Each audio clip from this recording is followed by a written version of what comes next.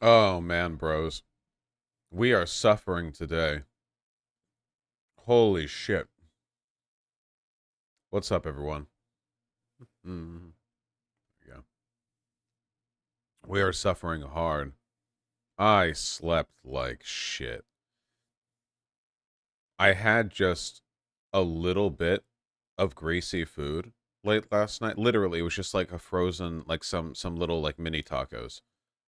That's all it takes, man. I swear to God, once you're past like 25, any greasy food in the AM, that's it. It's over. It's fucking over. Oh my God. Jesus Christ. I slept so badly, man. I kept waking up because I slept next to all the cats last night, and Ruben loves to bother Pigeon. Like Pigeon always sleeps bundled up in blankets because she's hairless, and Ruben will jump on the mound in the blankets and literally dig like a pig that's found truffles, like a dog that's trying to dig a hole, until he finds Pigeon, and then he'll start like licking her face and chewing on her ear. Um,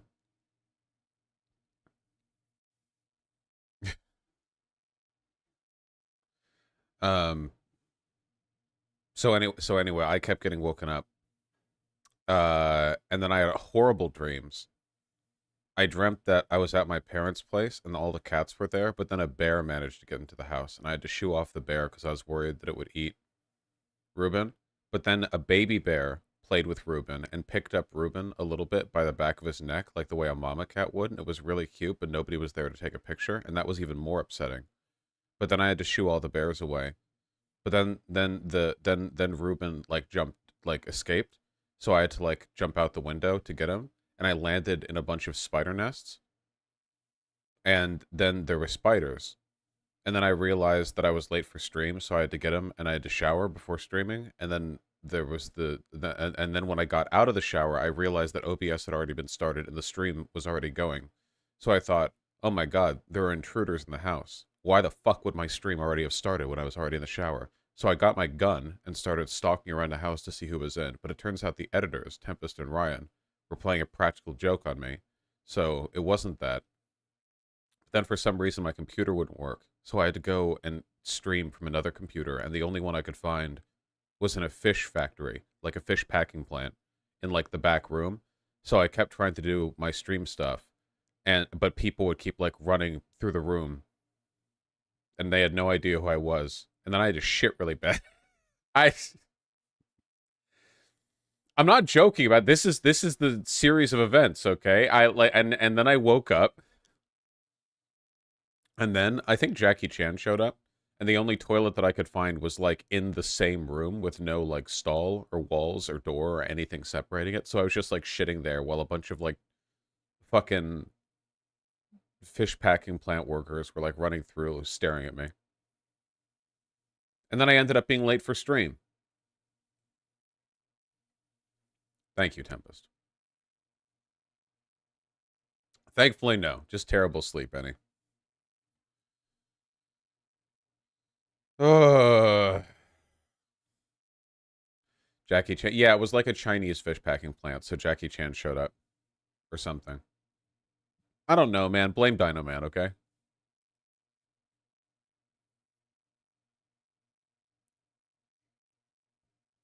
Are you on antidepressants? No. Oh shit. I am on Adderall though, which I should probably take. Dino Man, you changed your name.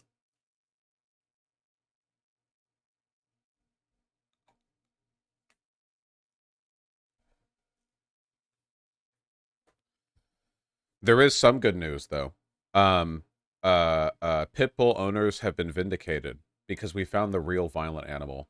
Artemy fucked Conyer up last night. Um, Artemy was feeling territorial and lunged and bit Conyer's leg and tore it open, and there was like blood dripping. So now we got to put Artemy down.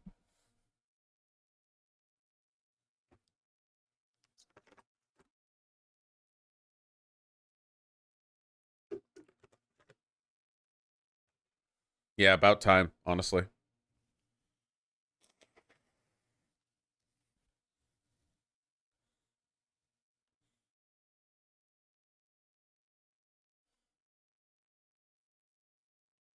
Can't we just put cognac down instead? We'll do both just to be safe. Oh, in terms of good news, I advanced to a new level in taking care of my nice new shirts. I learned how to I wanted to soften the linen up, so I washed it in some other shirts with vinegar and some baking soda, and then I did a line dry. I've never line dried anything before because it's like gay and feminine, but I did it anyway, and it turns out that it's better than putting linen in the dryer. Better outcomes.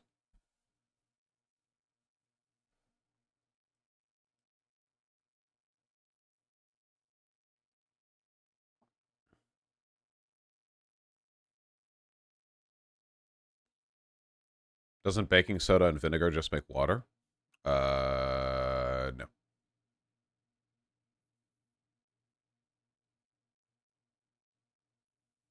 Don't your clothes smell like vinegar? No? Washing with vinegar is pretty common.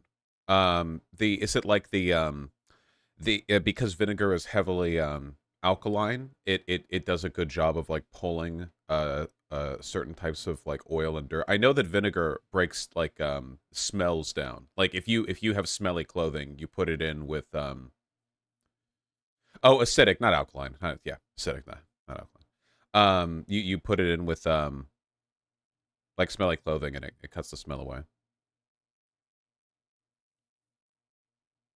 I've heard that dryers are worse than hanging the clothes, but some people don't have the room for clotheslines. It's just the kind of fabric. Like that's it. I'm pretty sure that like you should read the tag in your clothes, I guess, but I'm pretty sure that this is only really an issue if you have nice clothing, I think. Like if you're just buying clothes from Target or whatever and it's all cotton or like polyester or whatever, or you can probably just put it in the dryer. Um, I don't. I think linen you're supposed to hang up and line dry, and like some specific stuff like cashmere. I think some wool. I think it depends.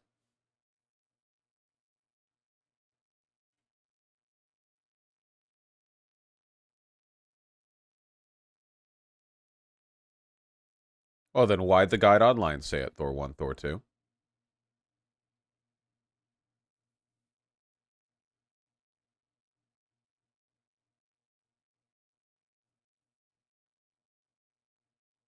Wool you never put in the dryer. I know that much. Yeah, probably not.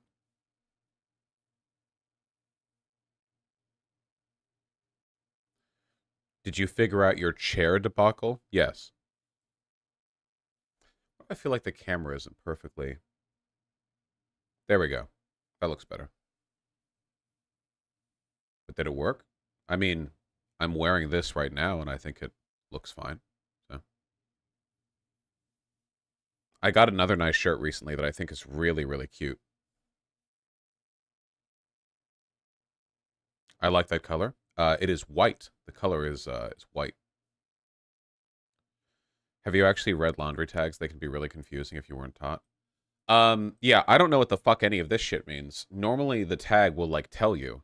It'll say like line dry only, wash cold, like that kind of thing. I don't. Yeah, I don't know how to read any of it. Yeah, this is astrology. Okay, listen. All right, hand wash normal, machine wash normal are the two actual genders. The rest are mental illness.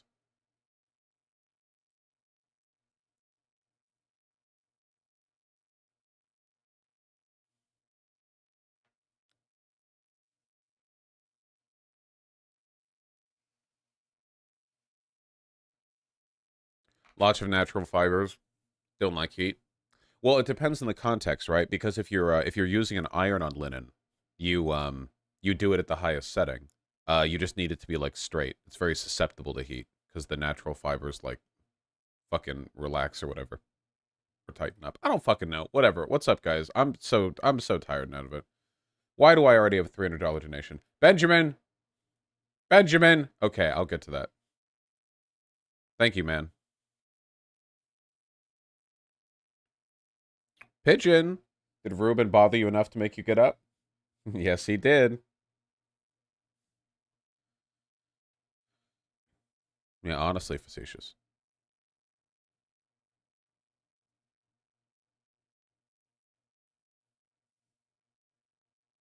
Pigeon is now on the computer. Okay.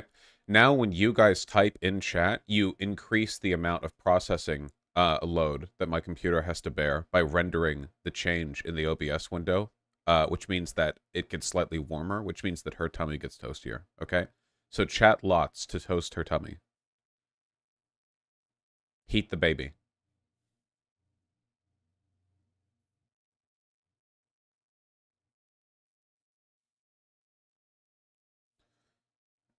I wanted to open by talking about the Armenian Azeri conflict, but I need my brain to wake up a little bit, okay? New anti-debate bro video. Let's go. A couple people emailed me this. Apparently someone last stream showed me this in chat, but didn't say what it was. So when I opened it up, I assumed that it was a video making fun of Hassan for chair streams because of the opening. So this is why you have to say what your links are, okay? So what is this?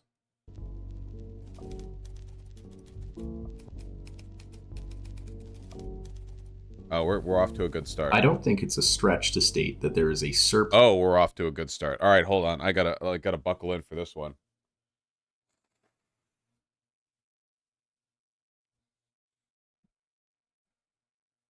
Oh yeah.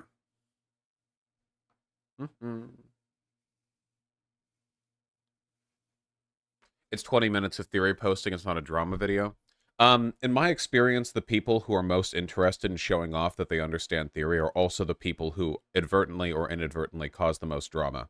Besides, I probably know more about theory than the person who made this video, because in my experience, the people who claim to know the most about theory know, like, negative theory. Like, for instance, the people who talk the most about theory are usually MLs, and MLs know negative theory. They know opposite marks, you know? So knowing absolutely nothing about theory would have you know more about theory than an ML, the people who talk most about theory. Now, I don't know if this person's an ML. I'm just saying that in my experience, there's not a strong correlation between verbosity on theory and knowledge of theory, but let's see. Plus of political content online. Debate bros, commentary channels, pretentious video essayists. It's an endless stream of chatter, engagement, and information. Which is good, right? People should be informed. People should discuss how to negotiate and manage power through the blind veil of digital spaces. And even if the means of discourse is indirectly brought... What art style is this, by the way? I unironically like it. It reminds me of, like, Schoolhouse Rock, you know? The, like, sort of surrealist, deliberately bad art, but, like, charming kind of, I don't know. Brought to you through billion-dollar companies that would very much like to preserve the status quo. Surely we're just doing the best with what we have. You can't change the system by working outside of it, right? But is online politics in its current form really doing anything? I'm going to argue no, or at least... Oh dear. All right. Well, we're off to a bad start. This is one of the this is one of those, like, tendencies of the left that is, like, borderline suicidal, in that their abstemiousness from any form of political relevance, because it's not pure enough for them, basically guarantees their downfall every time. The end result of this is like being a Trotskyist who believes the only real way to agitate the working class is by handing out pamphlets at a town square, and, like, every single other way of communicating with people is actually, like, aiding and abetting the system you seek to destroy. It's like, well, sure, dude. I mean, meanwhile, like, fascists are getting, like, huge inroads by taking advantage of every media platform and medium they can, but, you know, whatever. It isn't enough. I believe that a majority of political content online is at best promoting apathy and at worst actively playing into the systems that, at least on the left, it often criticizes.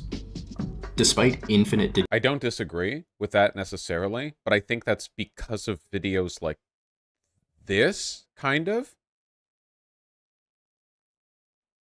Digital attention given to the poly crisis, a cluster of related global risks with compounding effects, the radical reformations required to tackle these issues have not yet happened.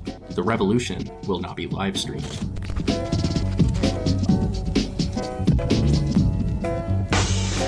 Yeah, so far my impression here is sort of negative, I guess, because nothing's actually been said.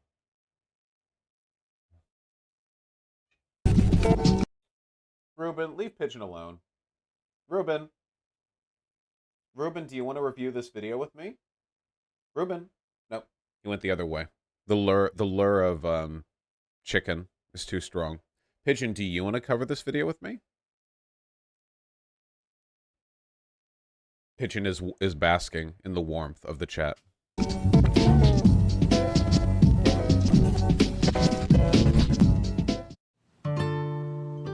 Oh no. This video is sponsored by Brilliant. Brilliant's cool. But we've seen Brilliant sponsors. Just want to take a look at the video. To sign up will get 20% off an annual plan.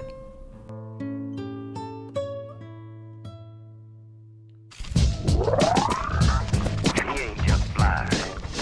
He's super fly. Yeah. Based. Online politics offers a That's false me. sense of action and may actively hinder real-world progress. This is evident in 3 common characteristics found across online politics.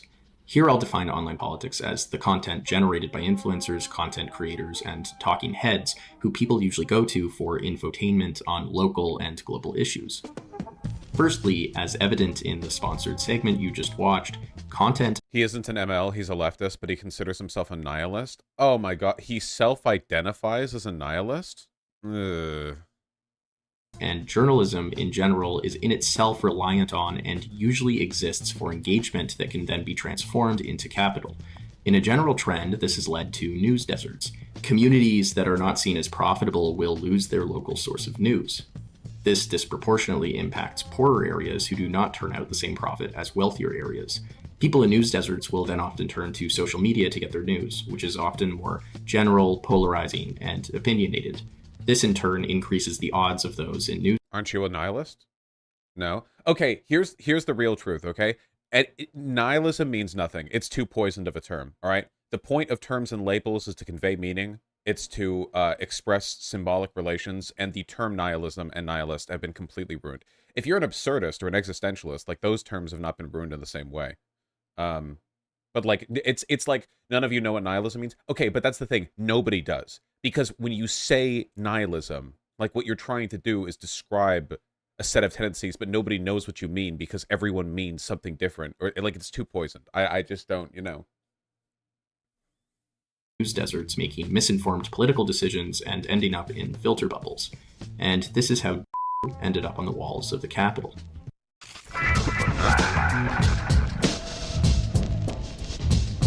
Is anyone else getting a huge style over substance 5 thus far? We're 4 minutes 30 in, and we've seen a lot of, like, nice, like, cool cuts in the music and everything, but not literally not a single argument has been made yet. Statements have been made.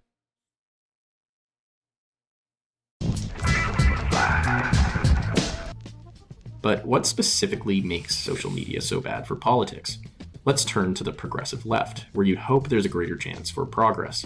Chat donations, Patreon support, AdSense, influencers need to weigh the extent to which a potential topic is important enough to give attention to versus the extent to which it is juicy and entertaining, thereby driving traffic and revenue.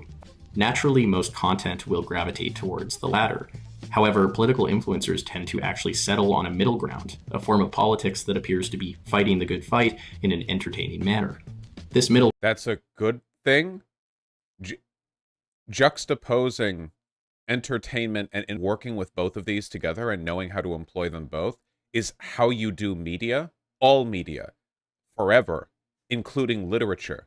Like, the Communist Manifesto was deliberately like a dumbed down and evocative text on the value of class consciousness from a proletarian perspective to incite revolutionary potential in the working class. That was a mix of entertainment and information.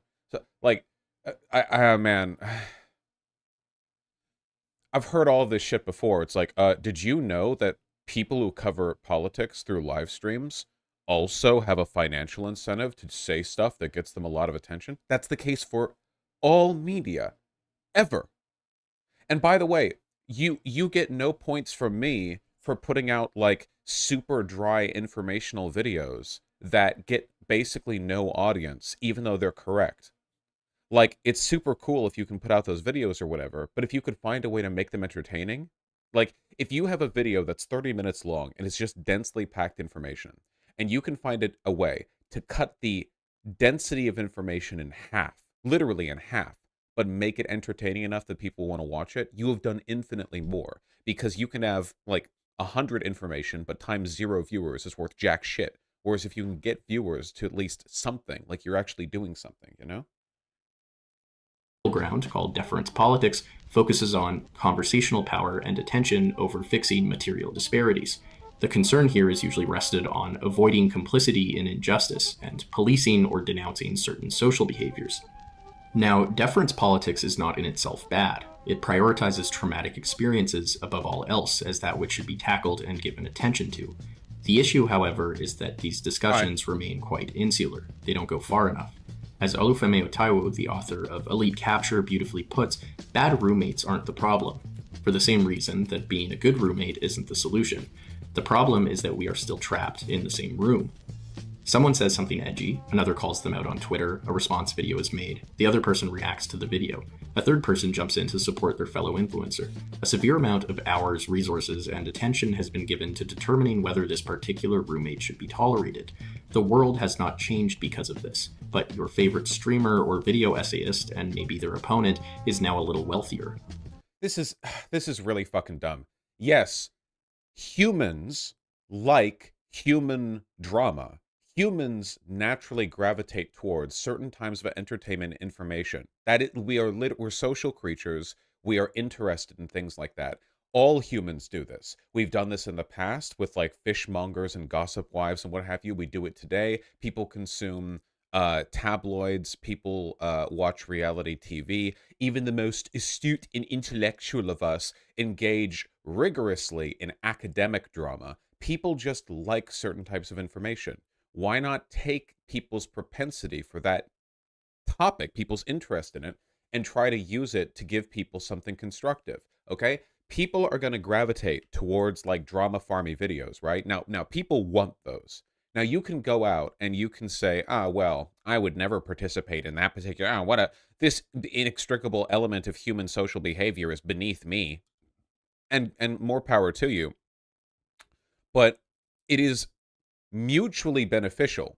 It is beneficial for me, and it's beneficial, I think, for the broader cause or socialism or whatever, for me to cover topics that are sensational, but to do so in a way that gets people thinking about the subject at hand in the way that I do. For example, right? Say you're a feminist, okay? And you want to tackle the subject of misogyny.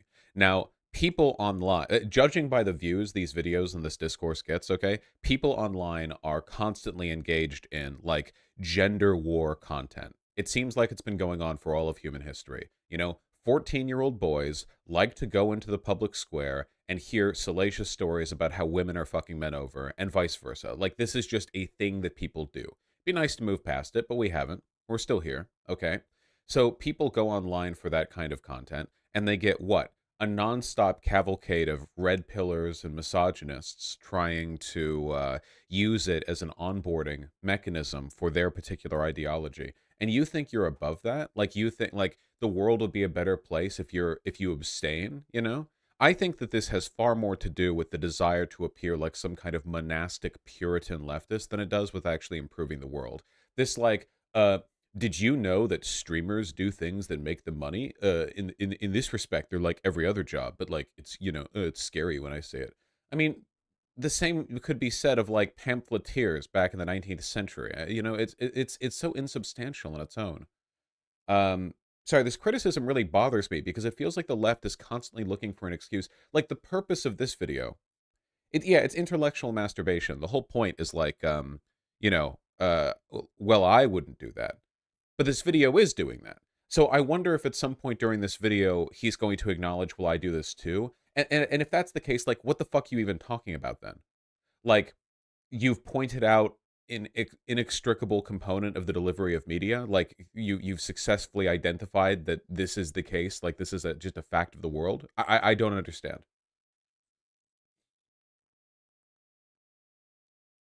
I love that Vosh and Deep Mama have the same take in it, but Vosh is way meaner. Well, I hate this suicidal bullshit. I hate it. It is suicidal, okay? The purity obsessed, like monastic, withdraw from all forms of media dissemination, don't do the things that work bullshit is how leftists get killed. You know, I really don't respect it at all. To play devil's advocate, I mean, it's your channel, your prerogative, but you dedicate a lot of stream time to non-political stuff the past year. Bum dat ass. That's your mistake in analysis. There is no such thing as non-political content. If I bring somebody into my channel because they've watched my Five Nights at Freddy's jump scare reaction video, sure, that's what they got on board with, and now they watch my socialist content. I've had people email me saying this. That sounds like a joke, but that's true. This is the reason why right-wingers so often try to latch their political advocacy onto current topics. It's the Barbie movie. It's, you know, it's the current movie, the current game. It's always centered on some like current topic that people are searching for because they're trying to get clicks. But them getting clicks, them getting money and attention and views isn't just some abstract apolitical thing. It's not just some like detached value that only benefits their bank account. Those people are then also watching other content from them, also watching the more political videos, also adopting the framework by which they interpret, you know, the you know, the media takes that they have. People are way too Puritan about this. If you want power, power is and has to be holistic. Every socialist, every left-leaning person should be vying for as much attention all the time as possible, no matter what. Because the attention they get holistically benefits the message they put forward in their platform. You know? Like there's the idea of like wringing your hands and going like, ah, well, you know, I could have more viewers, but those viewers would be interested not just in politics, but also in other subjects. But that would mean I'd have to talk about other subjects, and I would never deign to do that. Just strikes of elitism and just, I don't know. It's very weird. Not proletarian. If we back up, what does this do?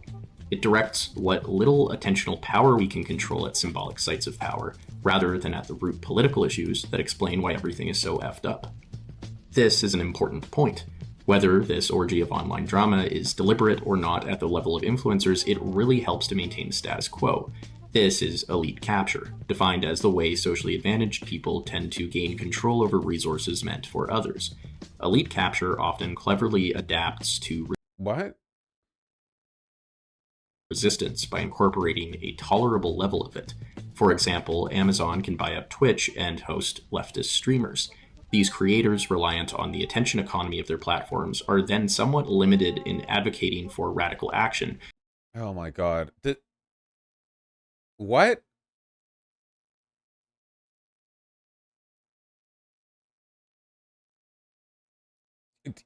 It's bad to do the streaming thing because if you're doing it on a platform and there's TOS restrictions on the platform. Also, I'm not on Twitch. Since this could hurt them financially. This isn't to blame influencers necessarily, they may be actively doing their best within the system.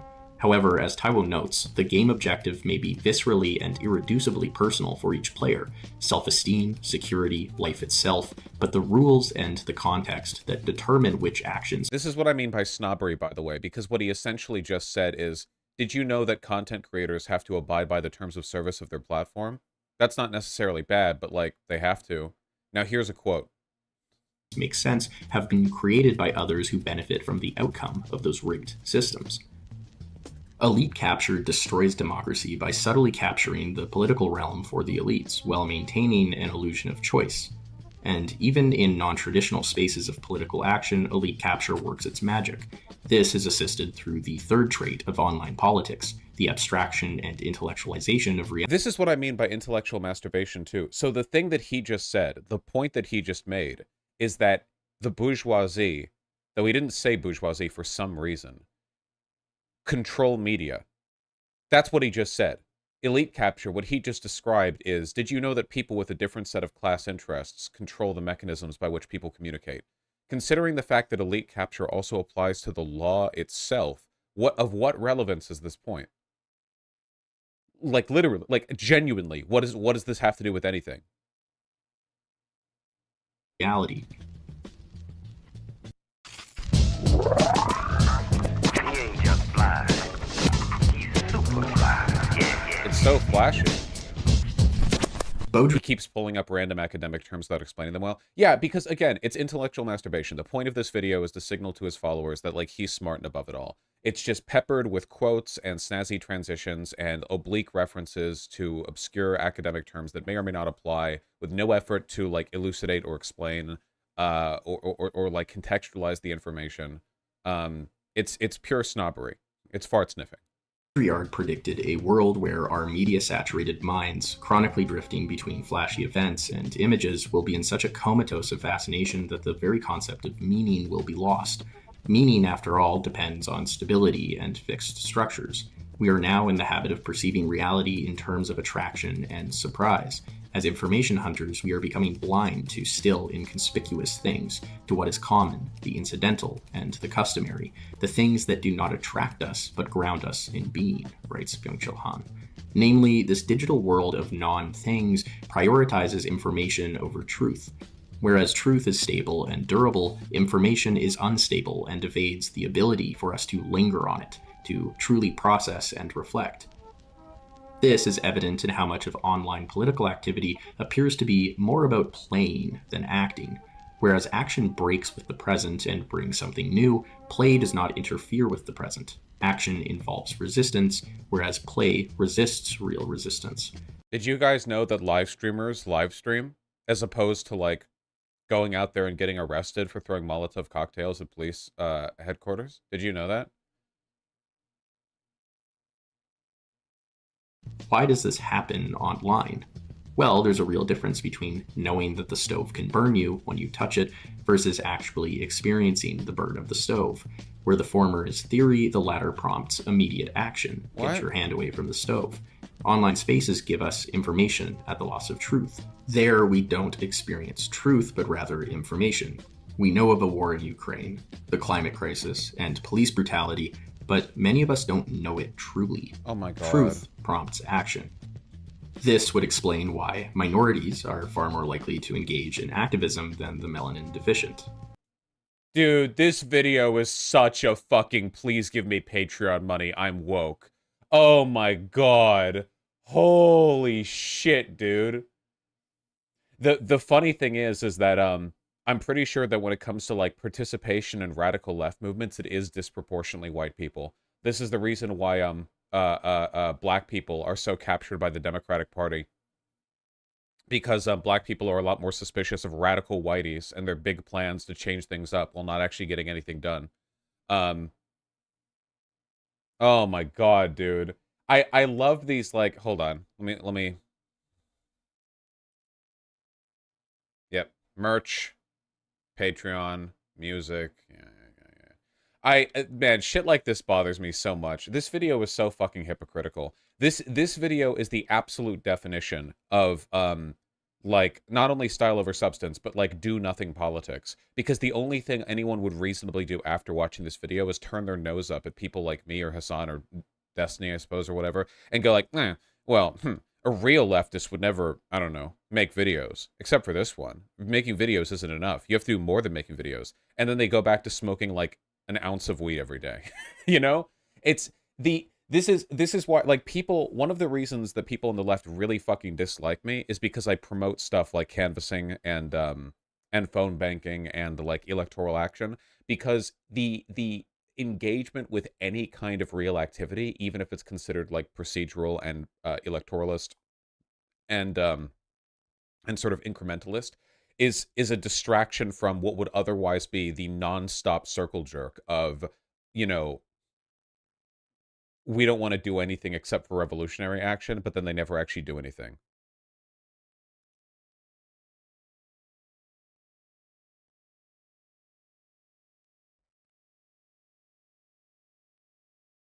No, unorthodox monkey, I get a ton of shit for that. People hate that. So the video is right. The video is right about itself, but not about live streaming broadly. In terms of like disseminating class consciousness or propaganda or any kind of information or news or whatever, live streaming is the most like cost to person efficient way of doing it, period. Compared to pamphleteering, news channels, newspapers, website management, anything else, nothing hits the same level of like disproportional engagement as live streaming, which means it's an effective vehicle for delivering good political messaging. Um, and the point of a live streamer is not to like be the person who goes out there and fucking I don't know, does January 6th but woke or whatever this person wants people to be doing politically. Um, the point is to be a media apparatus, to talk to as many people as possible, to share ideas. Like that's a necessary part of the infotainment sphere. That's valuable. It's required. I have no idea why we pretend it's not necessary. I think a lot of people on the left just have a very religious attitude towards leftism, where they feel that socialist analysis is like an inevitable and inextricable development in human political growth, and that we would all just naturally arrive at that position, and we need to not focus on distractions like actually sharing those ideas. You ever seen like a lot of lefties who act as though like the proletariat potential is right now, right here, at this moment, ready? You've seen stuff like that, right? Like they talk about the working class in America as though like they're primed any day now for revolutionary action. I think this is like caused by just an incredible lack of grass touching. The idea that we don't need to spread information anymore, that like everything's already set up. They just don't want to do any work. Whereas white people can earnestly sympathize with the information of, for example, police brutality, they do not experience the painful lived truth of experiencing persecution based on the color of their skin. There is still a knowledge rift, concealed by information, that limits any sense of urgency, and therefore action. This line of thinking has evidently led to the playfulness associated with deference politics, where majority groups strongly advocate and platform visible minorities. This form of coalition politics, while important in valuing the knowledge embedded in lived traumatic experiences, isn't enough if we wish to prompt real action, even if those platforming may feel like they're doing more than enough. In short, online politics has brought us poorly informed voters, the capture of activism by elites. Oh yeah, dude. Voters were super informed before live streaming, and also the bourgeoisie had not managed to control media apparatuses prior to live streaming. No, see, notice how literally no justification is made to these points. Like he has rattled off some beliefs that he has, but the standard way of making an argument where you put forward like a premise and then you defend it with point 9, point 1, point 2, point 3, and then you like put forward your conclusion, like none of that is present here. And a false sense of action. Thank you for watching. Of course, I'm not going to leave it at that. There we go.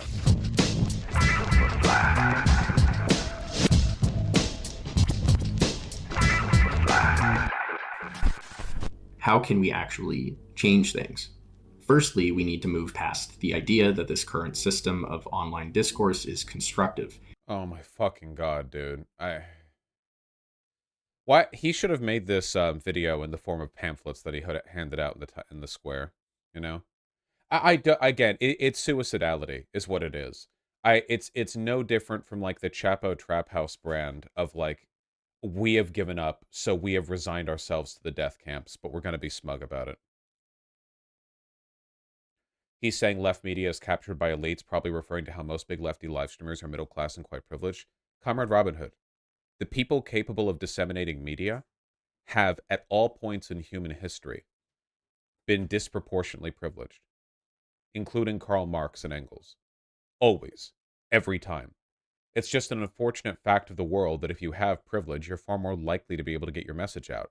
And the corollary being, if you can get your message out, even if you're not privileged, that will make you privileged because getting your message out is a job. A good example of this, unironically, would be Destiny, who was like a dirt poor Omaha carpet cleaner or something,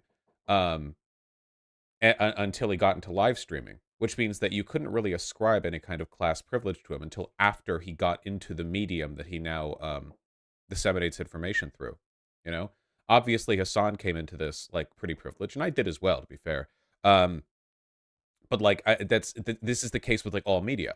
Get like your average like humble proletarian out there onto like a news channel, television station, even running a newspaper, and yeah, eventually they will end up being privileged because that is what success turns into under capitalism. Obviously. Like to reject that is to reject success. It's to cut off your own hand. Consuming and supporting content that supports our political bent can give us a false sense of progress. At the end of the day, it is theoretical progress. The spirit of rebellion can exist only in a society where a theoretical equality conceals great factual inequalities, writes Camus.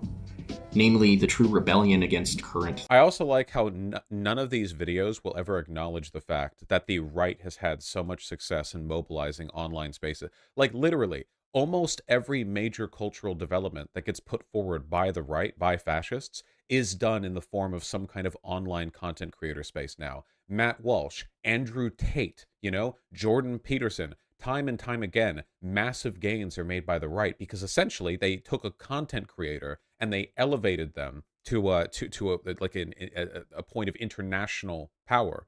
You know, yeah, January 6th, QAnon. There are so many things the right has done and gained that have been done through like online spaces. Yeah, they very effectively weaponized the attention economy, and they've been successful in it. So again, it's cutting off your own hand. It's suicidal. I reckon people like him don't actually think January 6th is a threat. Um, I don't know if he would be one of those types. I genuinely don't know. And the left has been playing catch up. Yeah, January 6th. That's like a Bond girl name. Things will only occur when we collectively recognize that deference politics online is in some sense sapping much of our attention from more damaging injustices. No, it's not. It's bringing attention to those damaging injustices. How do you think you're going to learn about injustices if not through media? Like, and do you think that like in lieu of leftist content creators, where are you going to go for that media? Like what? So like all of these like live stream viewers are just going to watch MSNBC 24/7, and then they're going to like, oh man, now that I'm watching MSNBC, I'm actually a productive member of society, and I'm learning this information in a way that doesn't restrain me from doing something productive. What are you talking about? Me babbling on about Jordan Peterson does not solve these factual inequalities. What? From this, we need to transition from the What? abstraction of information to the concreteness of truth. Theory is important, conversations are important, and there's a multitude of useful Twitter threads and genuinely insightful videos and live streams that have helped me in forming my views. Okay. But it's still mostly theory. There will still be lead in our water unless we do something about the pipes. I like genuinely like imagine having a conversation with this guy, and you're saying something like, yeah, man, I've been trying to lose weight lately. You know, I mean, I don't have a problem with how I am now, but yeah, I think it'd be nice to lose some weight. He's like, why are you talking to me about it? Don't you think that's distracting from the action? And you're like, well, I mean, I was gonna do both. I was just saying hi. It's like, why are you saying hi when you could be doing hi? What do you, what does this mean? What, why are we wasting time learning about something when we could be doing something about it? You wouldn't be doing something about it if you didn't know about it. A necessary push through both tangible experience in the real world outside of digital spaces, as well as through a lingering interaction with art that is born out of a genuine experience of suffering. This guy has to be an op. It does feel this way, right? The funny thing is, the right has the correct mentality towards stuff like this.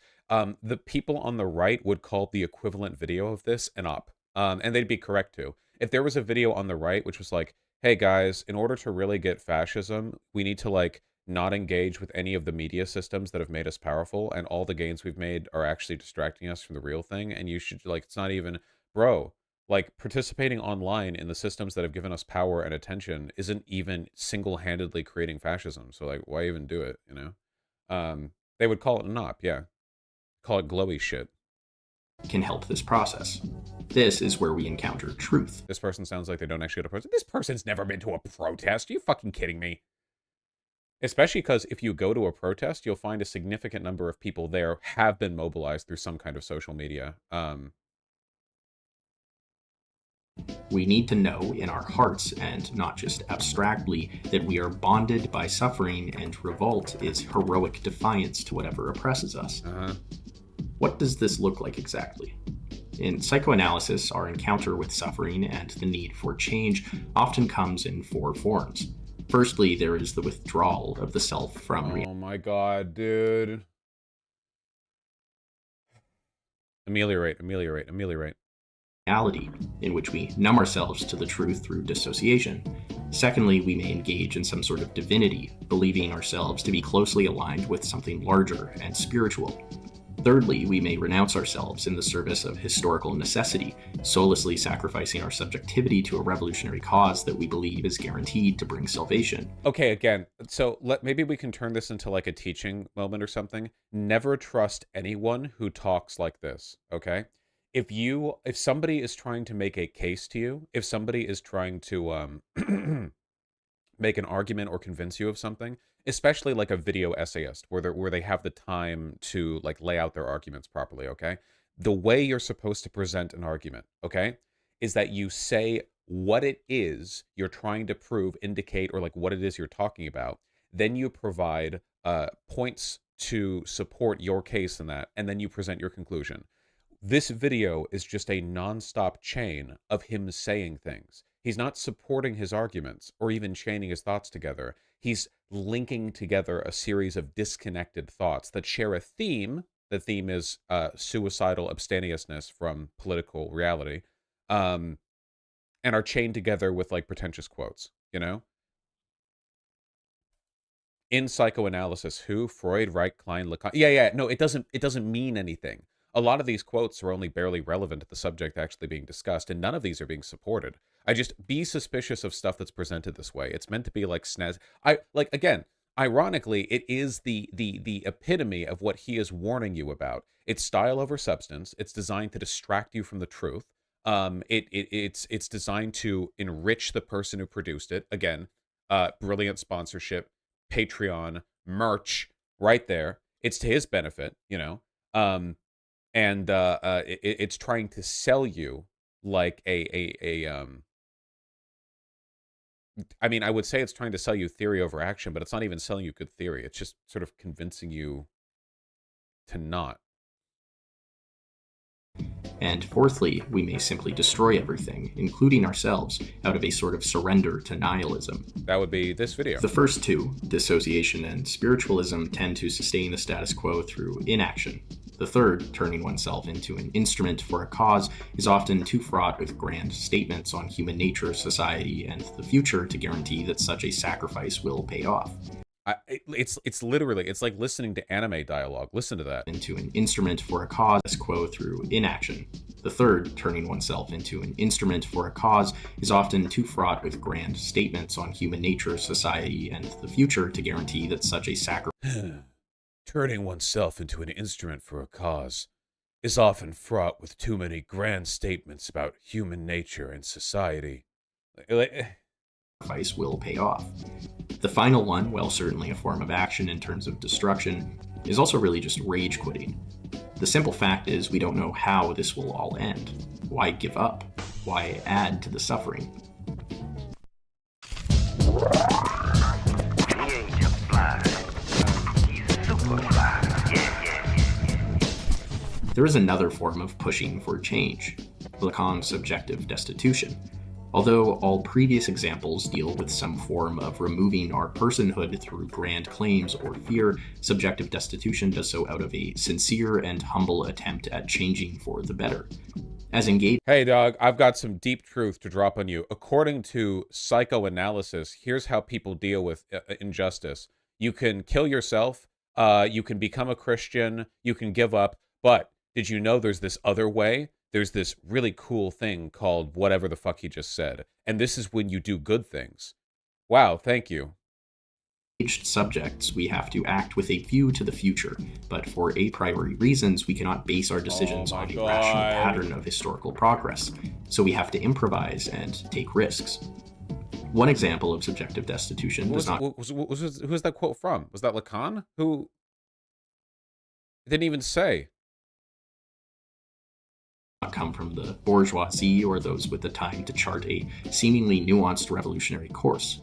Nope, it is actually reflected in healthcare workers during the pandemic. Without any guarantee that their actions would help in the end, without much help or guidance, and many times without any sense of hope, these workers improvised with what They're all from this Jacobin article, every single one. Is that true? Did elites really take over identity politics? Wait. Is it Jacobin? Oh, yeah, Jacobin.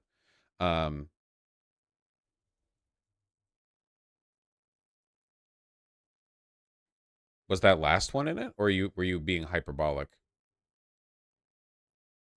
A priori. That's an easy one to search for.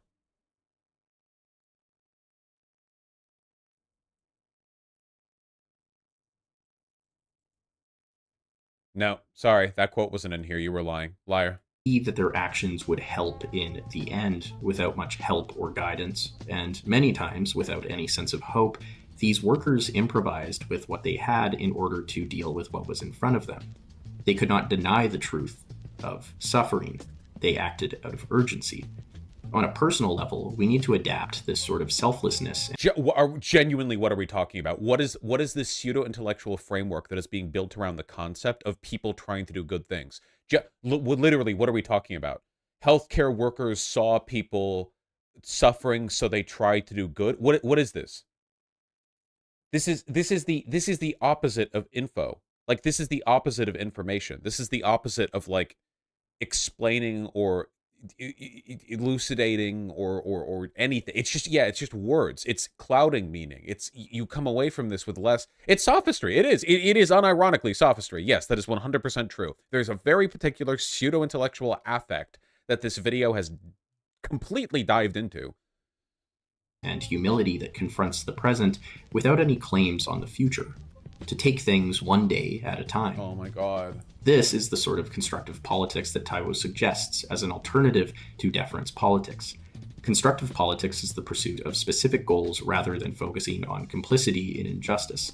It involves multitasking, tearing down, and building up, instead of playing whack-a-mole. This is like the lefty equivalent of Jordan Peterson talking about psychic dragons for 45 minutes before explaining how his theories have led him to the conclusion that you should clean your room.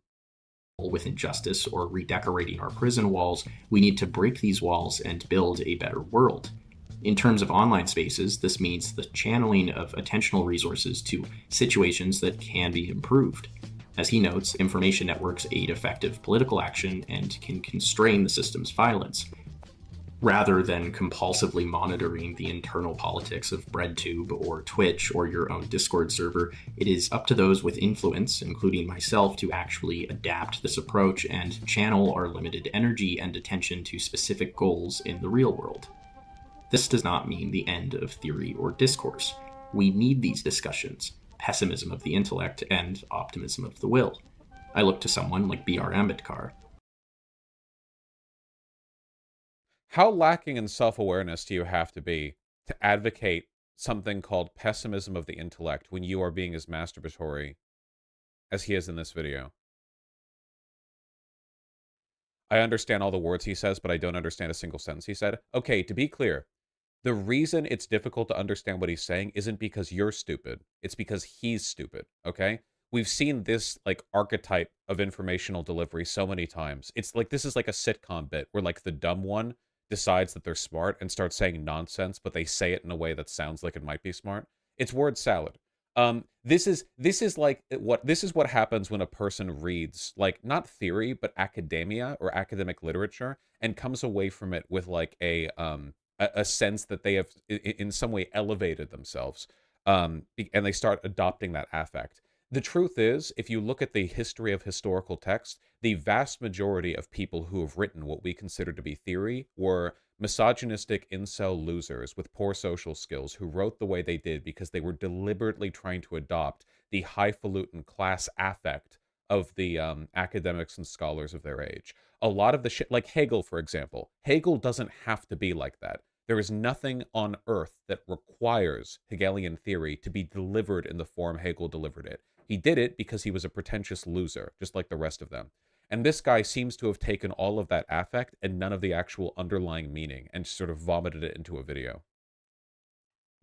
A famous Indian politician involved in drafting the Constitution. Literally, bro. As a good example, Ambedkar had studied under John. By the way, I'm sorry, I keep pausing. I don't actually know if this guy's stupid, by the way. I think he's being stupid in this video.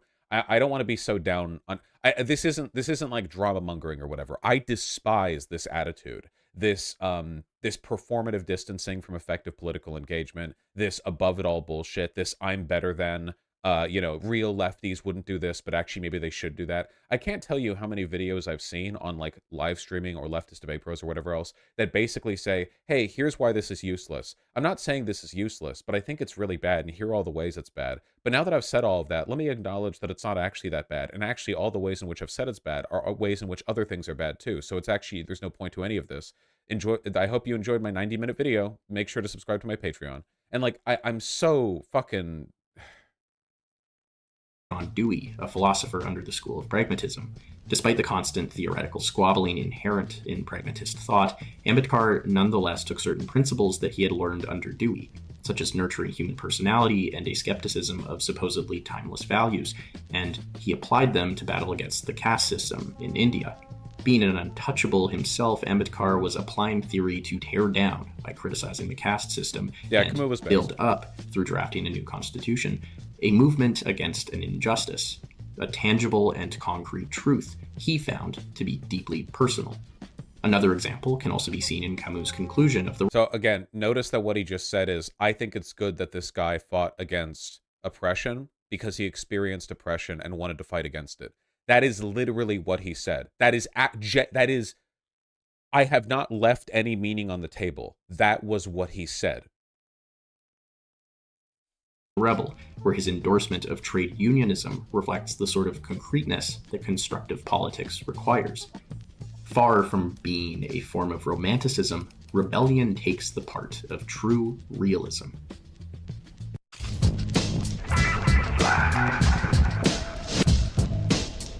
What does it mean? Dude, yeah, this is literally like intellectual gooning, okay? This isn't just intellectual masturbation. This guy's got a fucking brain goon cave, okay? This guy has like a whole folder he keeps with him, like that he opens up, and it's like all the philosophers he pretends to read, and he's like, "Ooh, I'm gooning," and it's just like for how smart he is, you know.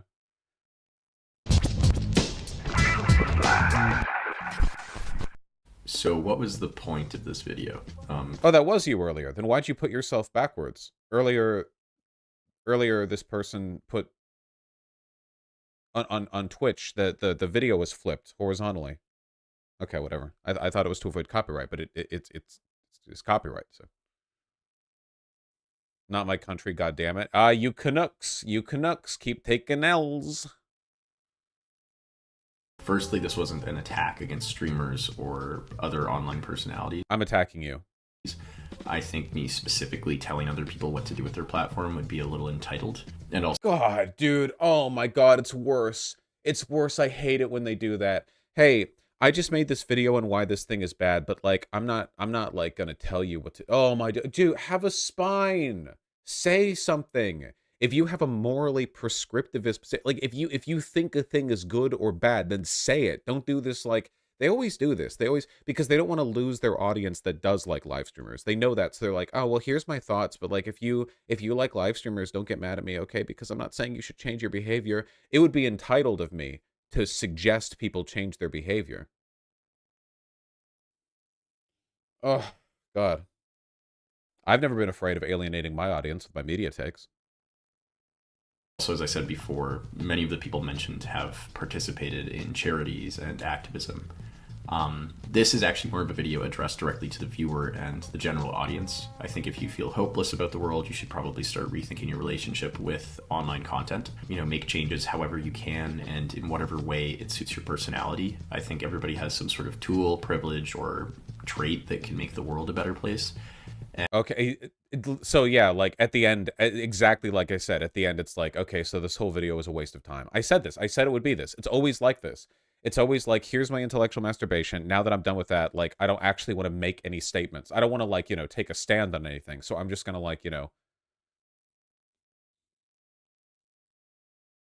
And if everyone did what was supposedly insufficient, I'd like to think that it would eventually become sufficient in some way.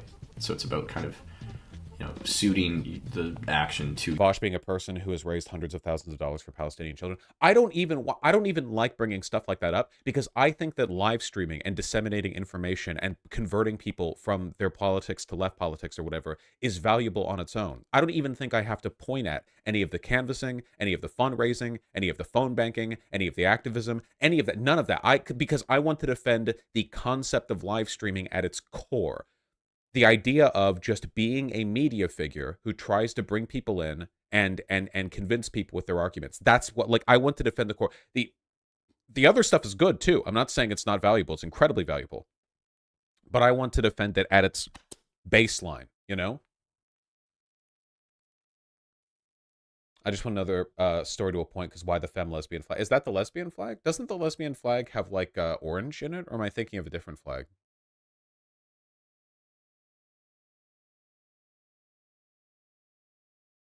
This is the old one. Old lesbian flag. Maybe it's because it looks pretty. No, the lesbian flag has orange. Is this the lipstick lesbian flag? What does that mean? I'm seeing the same colors on the lipstick lesbian flag, but there's no lipstick on this one. What is the lipstick lesbian flag? It's like dark brown. Pink lesbian flag. Why are there so many different lesbian flags? Women, am I right? your own, like, who you are. For me specifically, I don't really think I'm that great of like an orator in front of a lot of people. I get really anxious at protests, and I'm not great with coordinating events. However, I do have an interest in psychology and philosophy, and I also have this channel, which is pretty much a megaphone. I can hold up to hundreds of thousands of people. In making this video, I kind of wondered how I could use this specific tool for some sort of change. I wonder if having a channel that allows you to reach hundreds of thousands of people might be an effective platform that you could use to make some kind of... I'm gooning! That's what we do as well. That's what we do. I have never met a leftist YouTuber or live streamer or whatever who made the argument that watching live streams on its own was like enough to do all the leftism you can do. Like if there is a group of people who believe, yeah, man, the beginning and ending of leftism is watching Vosh streams, I have not met them. I've never seen anyone try to make that argument to their audience. How can I responsibly direct attention towards issues that need action? You know, one of my favorite cheesy quotes is, the best time to plant a tree was 20 years ago, the second best time is now. So that's why I'm going to start a bi-weekly stream / podcast called Planted. What was the point? What was the point? What was the point? What was the point? The point was the brilliant sponsorship. What was the point? The brilliant sponsorship. Where we ask you a specific question, namely, if you had an audience of this size, what sort of specific issue would you want attention to be directed to in order for change to happen? You guys then vote on the issue, and the top comment will be what is covered in the stream. And I couldn't do this alone, and I'm super happy to introduce a friend of the channel, Kaylin. Kaylin is a community leader and social critic who is currently majoring in psychology, and he's very focused on the future of youth politics, so we have quite a lot in common, and he's better with like event coordinating and organizing these things. Okay. It'll just be more fun to have a conversation than me just talking. Specifically, we're going to cover an issue, going over some of the facts. This was quite the marketing gambit. Yeah, I guess the entire thing was just a promotion for a new podcast. Man,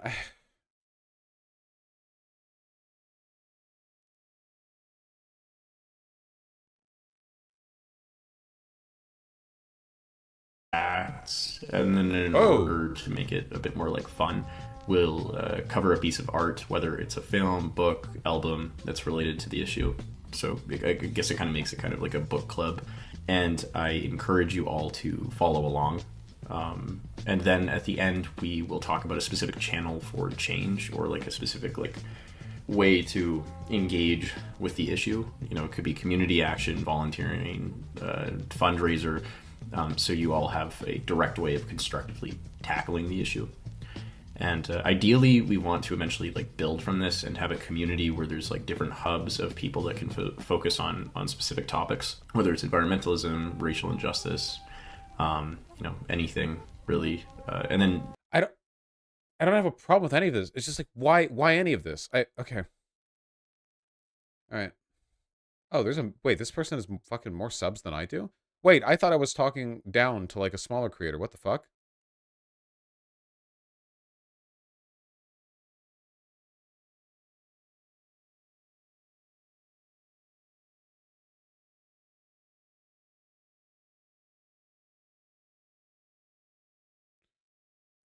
He's been making vids for over 8 years. Okay, I'm way less charitable to this guy now. I didn't even see the sub count. I just assumed this was a small channel. You've literally made this your fucking career, and you're yeah. I'm punching up on sub count. Okay, whatever, whatever, dude. Look at his most viewed video. Oh damn, shit! It's the thing that he's promoting for all leftists on suicide. Nietzsche, the man who vibe checked God. This is a man who would never use entertainment information in tandem to deliver a message. This person, this to be entertainment and information would be morally wrong. Okay, whatever. Watch his nihilism vid? No, I don't want to. That was enough gooning on a fucking video about live streaming. Can you imagine how bad it would be on Nietzsche? I don't know. No. Vosh, I swear I'm starting to think that reading theory is bad for leftism. Oh, no, no, no. I'll defend that to 100%. Yeah. No ideology ever, at any point, ever, has said you can only be a member of this group if you read this, like, obscure 20th century philosophical text that's 8,000 pages and written in, like, at a reading level that you don't even teach for at college these days. Like, if you want to read theory, great. There's some good stuff there. But all the people who tout reading theory the hardest are the ones who are least likely to have read it because they're the ones who benefit most from the aesthetic of having read it. They're the most insecure ones. In reality, everything that you need to know about leftism, whether that be class politics, the material dialectic, class consciousness, whatever, all of that stuff can be delivered in a way that could be read and comprehended by 8th graders easily. If you can't do that, your information is bunk. If your ideas cannot be disseminated in a way that could be understood by your average teenager, you are a snake oil salesman. You are a liar. You are a con peddler. Obviously, people benefit from a higher degree of understanding, something more specific and academic. That's fine. That's great. You know, I mean, I have a bachelor's degree, and there's definitely some stuff that I enjoyed reading while I was in university that I wouldn't like sort of casually read for fun. And I probably, you know, would at least struggle to explain it to an 8th grader, though I feel I could do a good job. I'm pretty good at explaining things.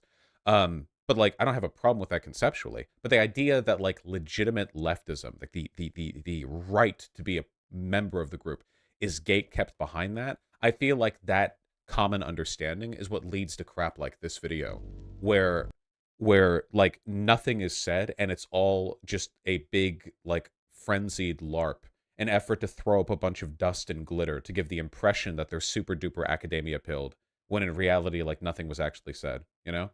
Your first goal in any argument, I feel, should be to make a version of that argument and construct it in a way that could be fully understood by a broader audience. The average dumb fuck, slow-brained American should be able to comprehend what you're saying, at least if you give them a moment to stop drooling and, you know, process the information. And if you can't do that, I think you're a snake oil salesman. I think you're peddling bullshit.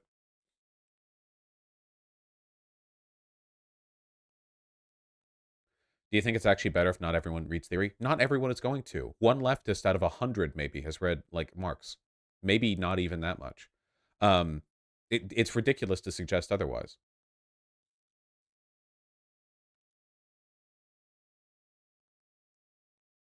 Also, yeah, I think that saying, hey, you need to read theory or you can't really have an opinion on this is classist. I do, yeah. The average person is neither. It's not only is it classist, actually, it's ableist. I'm actually going to pull out this one, okay? Not only do you need to have a very specific like class privilege with regards to free time and literacy in order to read like Capital, you also I'm actually going to pull this one out. I think it's ableist. I could not read Capital. I'm sorry. Legitimately, I struggle to read like House of Leaves. I struggle to read like fiction, man. It's just difficult for me to focus on words for a long time. I can listen to ebooks. I can go over like academic podcasts. I like that stuff. It's fine. I just can't read for that long. I've gotten worse and worse at it the older I've gotten. Taking Adderall helps a bit, but not that much. Um, like holy, like yeah, I'll pull it out. Yeah, for sure, 100%. I'm out here for the ADHD chads. Vosh, you definitely could if you tried hard enough. You're a smart fellow. It has nothing to do with smarts. That's the unironic ableism, if I'm dead ass. It's not a smarts thing. Being able to sit down and read a book isn't like just a smarts thing. It's also like an attention thing, you know? I could barely sit down in class either. It wasn't because I didn't understand what was being said. It's just I had to sit in a chair for 50 minutes, you know? Fuck that.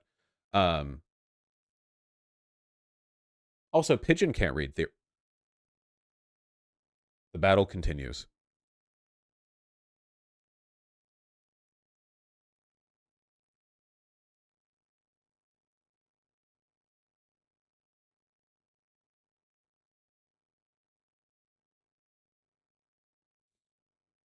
All right, let's move past this.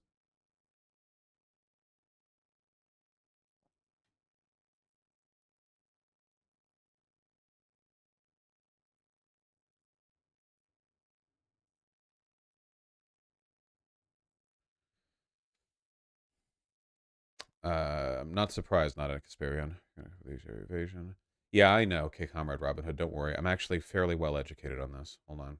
We'll talk about that in a sec. Hey guys, did you know like a genocide is happening or whatever? Hold on, let me see if I can find Ruben.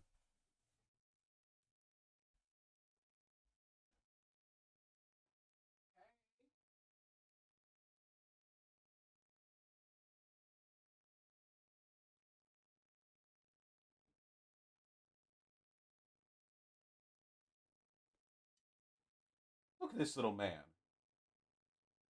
You're so modest. You're covering up your butt.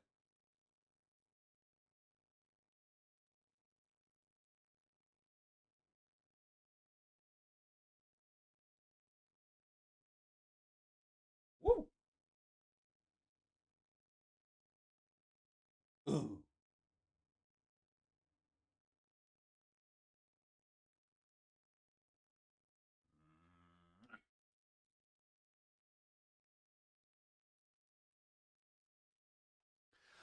He's so cute. The other night we were watching Hell of a Boss because Kanye actually has not seen Hell of a Boss, if you can believe it. And we were watching it, and Ruben jumped up on the back of the sofa and flopped and watched it, like full on, like facing the TV, flop, just staring up at it. It's mid TBH. Um, I disagree.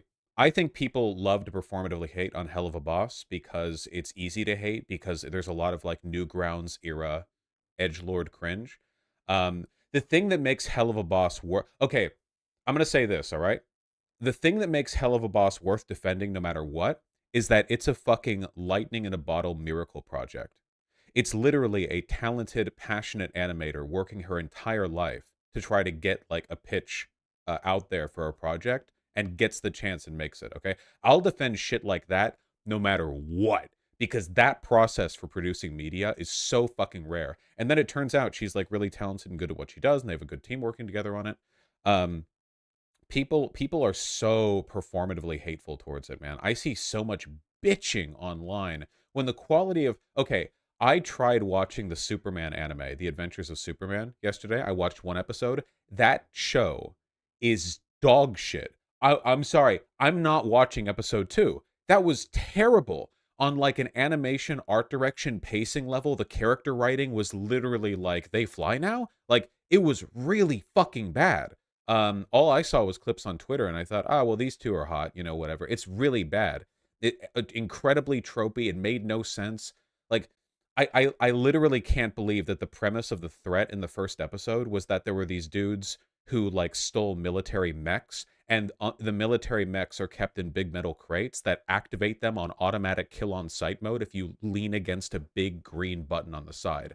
That's not a joke. The first threat to Metropolis happens because they have a bunch of killer mechs, and the military built these mechs, and there's a big button on the side of the metal crate they're kept in where if you press it, they just automatically kill everyone around them. And you just stumble and touch it. It's like, oh well, absolutely insane. Um, yeah, just like Evangelion, you know. Sounds like a cartoon. No, no, no, no, no. I've seen cartoons. No, it's stupid. The whole thing was stupid. It was stupid every. Also, you know what else I noticed? They're in Metropolis. You notice we didn't have a single establishing shot of Metropolis as like a bustling city. I know that sounds weird, but it's literally Metropolis. There was, I don't think they showed like any pedestrians. There were a couple of shots they showed of people of the Superman gang walking down like the street, and it was dead empty. Like it was actually weird. I know they're operating on like budget stuff, but if you don't have the budget to do like a big Superman thing, like I get that, then don't do it. You know, it's weird. Yeah, it was like Metropolis and Superman 64. It's fucking everything about it was bland. There was nothing interesting that episode. There was not a single character moment, not a single line of dialogue, not a single shot. Nothing was interesting.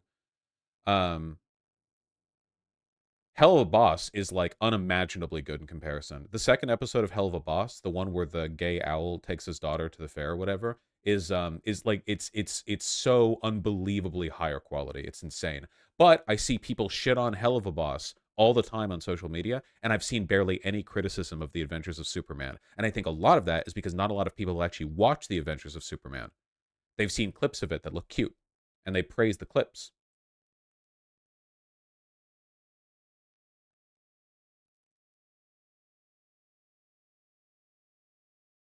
What is this, Furman? If you haven't seen most of this, fan animation of Die Young by Kesha. Oh, I think I've seen this. This is copyright nuke territory though, Vermin. I can't. Um,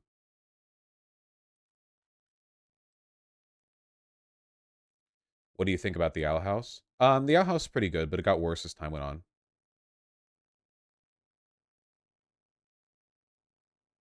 No, no, I know Vermin. Um,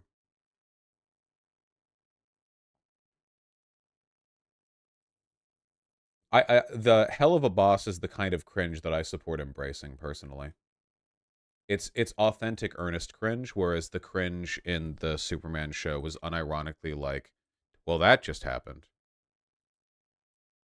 Horny ass fucking demon fox. Well, I guess just a fox in this case. I still haven't seen that Kesha episode. So anyway, Vosh, what was that about genocide? Good question.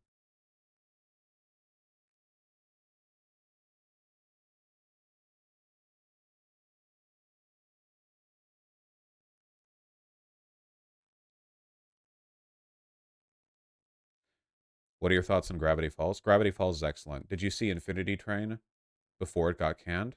Yes.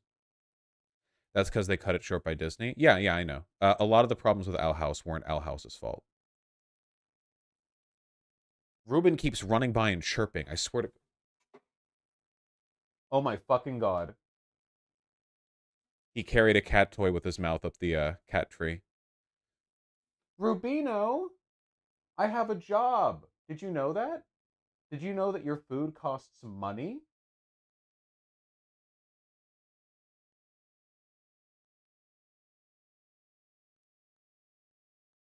He's just staring at me. He's staring.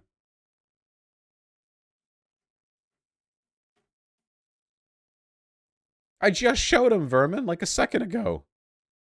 Do you read Jujutsu Kaisen? I saw the first season, the anime.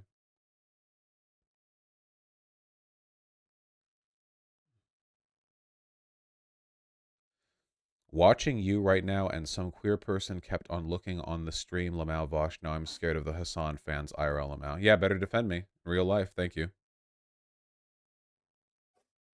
Now he's sneezing? Oh, he's going to be annoying today. I can feel it. I can fucking feel it.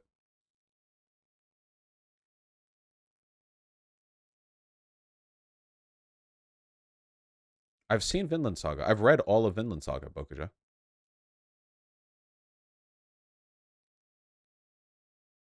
Yes, I've been watching Fiona and Cake. It is very peak. That is true. Okay, okay. Right, chat's on another one. Y'all are going to distract me quite a bit here. Okay, hold on. Very distracting people.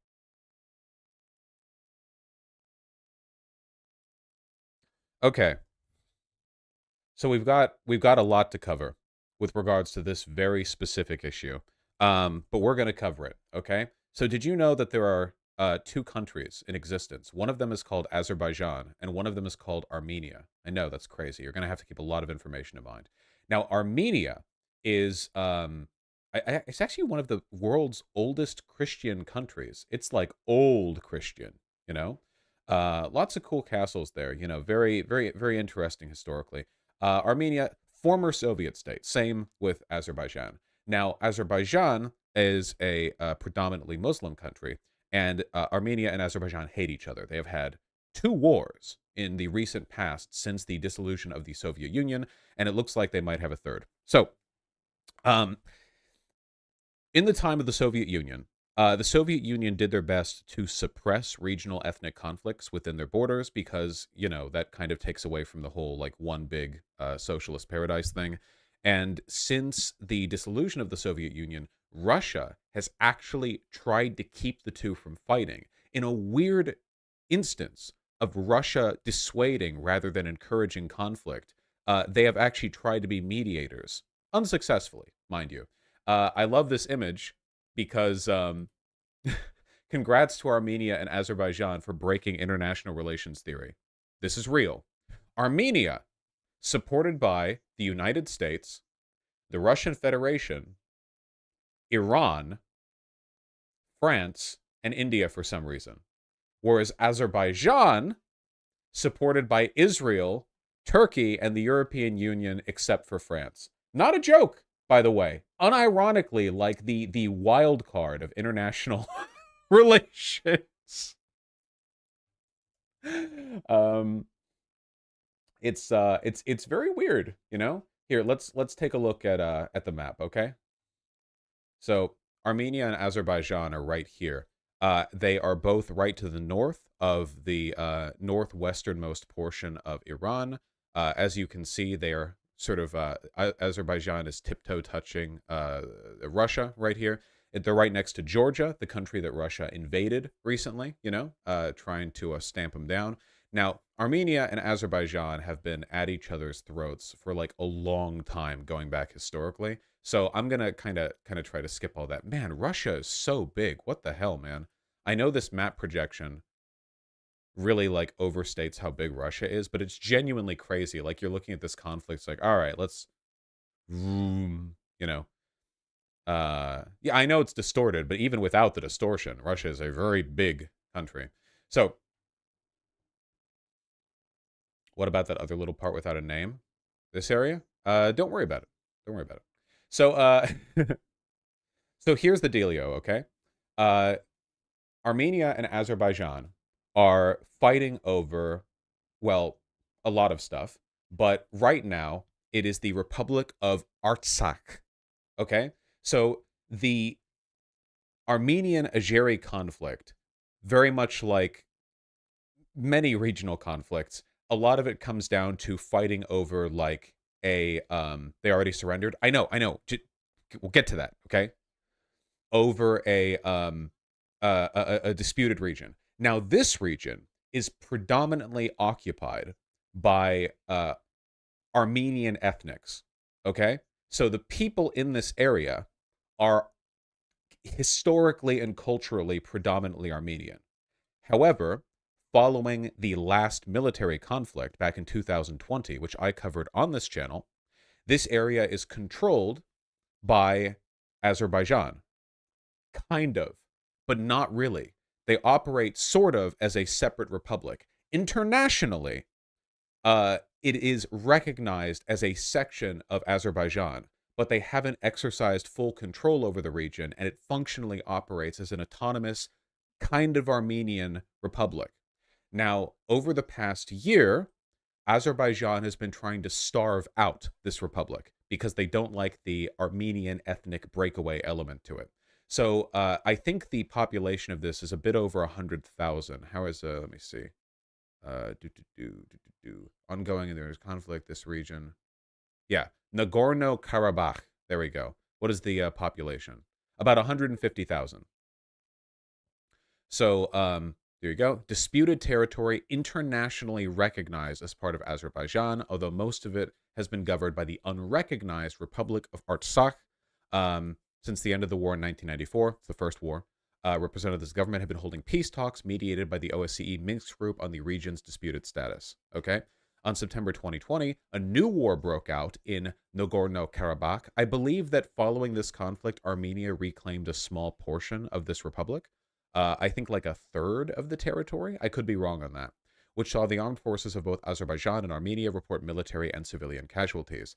Azerbaijan made significant gains during the war. Oh, no, my apologies. Azerbaijan was the one who made gains, regaining all of the occupied territories surrounding Nagorno-Karabakh and capturing 1/3 of Nagorno-Karabakh, including Susha and Hadrut. So, cities. And then the war ended in November 10th, 2020, when a trilateral ceasefire agreement between Azerbaijan, Armenia, and Russia was signed, forcing Armenia to return all the remaining occupied territories surrounding Nagorno-Karabakh. So Russia historically has operated as like a please do not fight. Like the role of Russia here is like, you know, when you have a parent in the front seat and you and your sibling are bickering in the back, and it doesn't matter which one of you started it, but as soon as one of you gets loud enough, your parent turns around and they're like, now hold on, stop. You know, like we're going to turn this car around if you, that's Russia. Okay. It's not a matter of who's right or wrong. It's a matter of how loud the fighting is getting. Okay. So that's the context here. Over the past year or so, Azerbaijan has been trying to starve out what remains of the Republic of Artsakh. And just a few days ago, I believe they fired missile strikes into it, claiming they were trying to kill Armenian soldiers. Let me see if I can pull up the relevant Reuters video. Reuters, Armenia. Show me the vid. Yep, 2 minutes long. Perfect. Perfect for the attention spans of chat.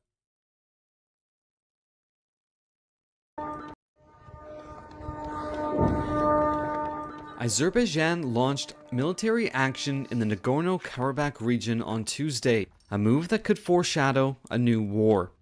It says it did so to drive out what it claims are Armenian troops. Armenia and Azerbaijan were both members of the Soviet Union, and in the 3 decades since its collapse, they've already fought 2 wars. Here's a look at how we got here. Nagorno-Karabakh is at the center of the conflict. It's a mountainous region within Azerbaijan and is internationally recognized as part of it. But it's known as Artsakh by Armenians, and its 120,000 inhabitants are predominantly ethnic Armenians. They have their own government, which is close to Armenia, but not officially recognized by it or any other country. Armenians who are Christians claim a presence in the wizard Christians, no less. That's the crazy thing about like the Orthodox Armenian Christianity, okay? They're like wizards, you know? Area dating back several centuries before Christ. Azerbaijan, whose inhabitants are mostly Turkic Muslims, also claim... That's right. They claim ownership of Holy Land, Christian Holy Land that predates Christ. It's incredible stuff. Deep historical ties. Bloody Armenia isn't Orthodox, it's Eastern Christian. They're not Orthodox? Oh, my apologies. Thank you for the correction. Conflict between the two peoples goes back more than a century. The region saw 2 wars after the Soviet Union crumbled. One that took place between 1988 and 1994, and a second that lasted 44 days in 2020.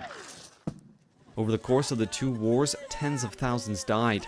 In the first war, over 1 million people were displaced. Most of those were Azeris, driven from their homes when Armenia ended up with control over Nagorno-Karabakh. Yeah, the first war saw Armenia making the big territorial gains, which is why it's mostly ethnic Armenians in that disputed territory now.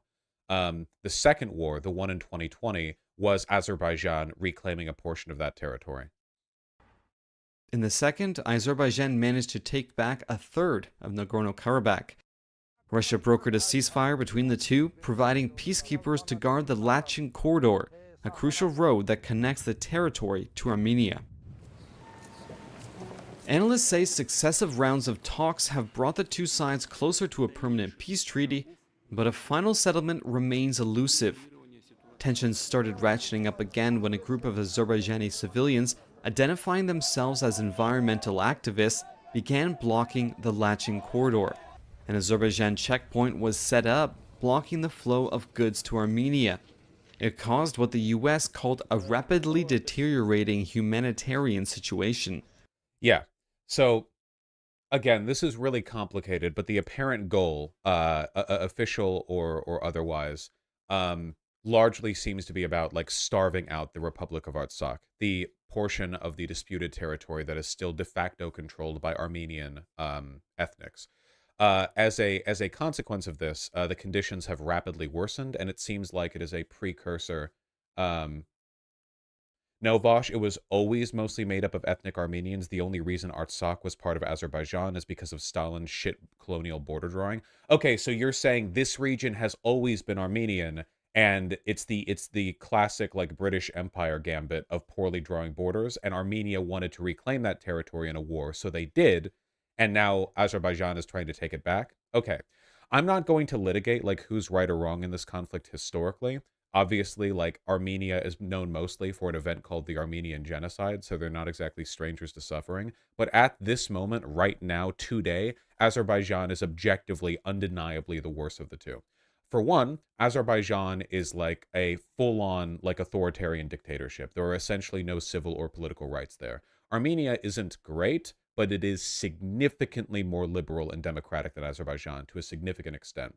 Also, the population of Azerbaijan is about 3 times that of Armenia. They are a much larger country that spends a lot more money on their military, meaning that a war between Armenia and Azerbaijan would almost certainly result in an Azeri victory.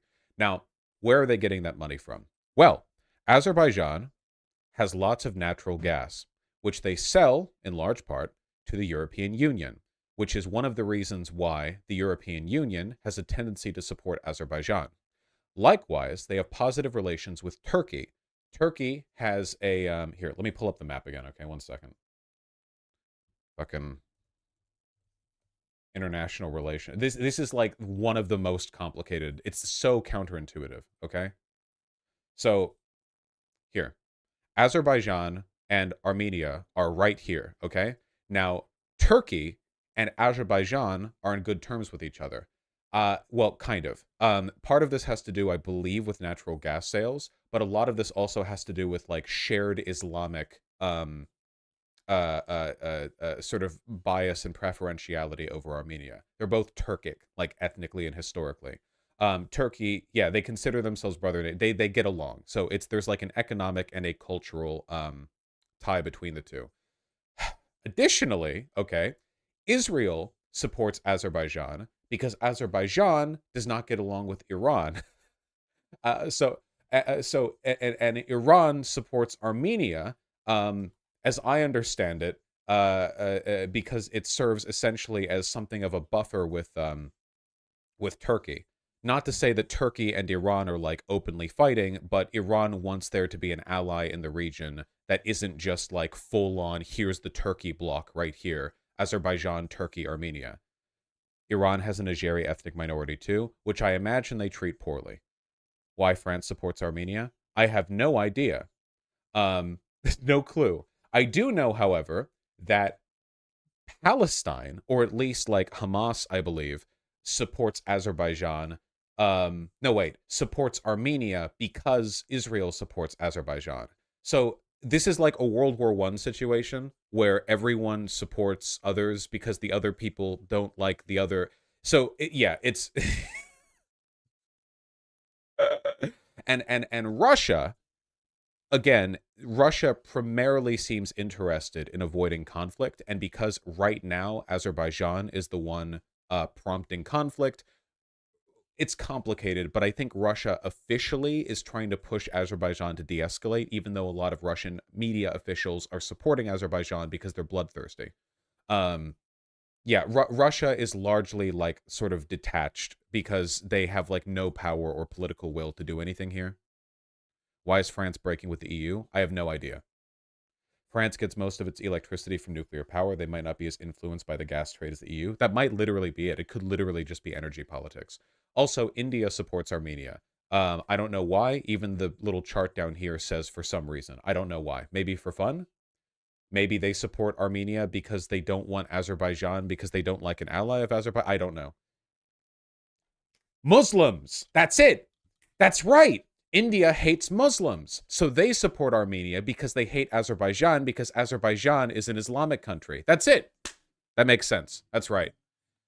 Though, of course, Iran is also an Islamic country, but Iran supports Armenia because they don't want the bulwark against, or they don't want to lose a bulwark against Turkey. Right, right, right. So yeah, that's the yeah. The United States supports Armenia for a variety of reasons, but we're not really as susceptible to the natural gas trade down here in the Middle East for obvious reasons. Um, yeah.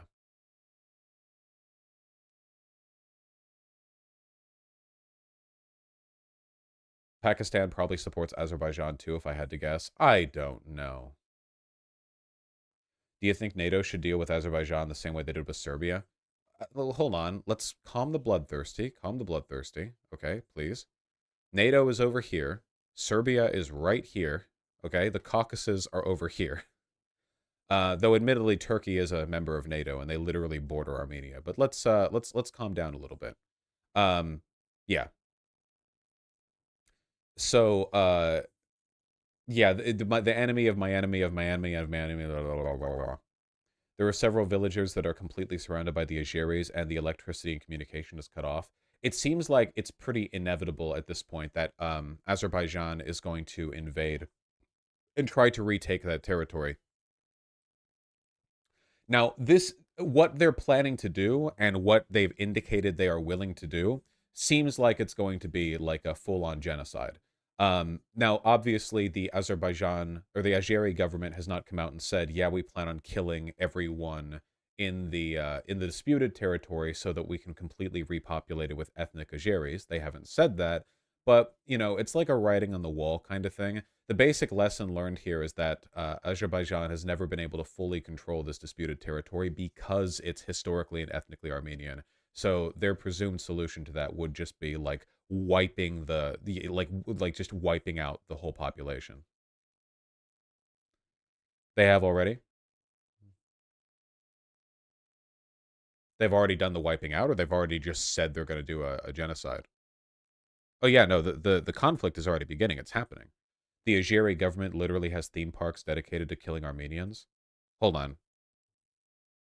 Azeri theme park killing Armenians. That seems like too much to well, no, wait, hold on. Azerbaijan's ethnic hatred theme park draws ire, imperils reconciliation. That's crazy. I would say this is like Hitlerite shit, but I don't think Hitler did this. I feel like this is a new. Many countries have war museums.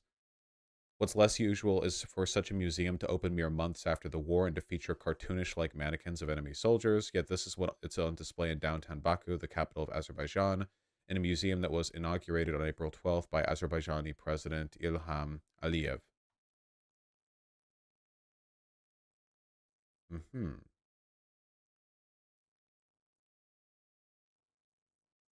Mm-hmm.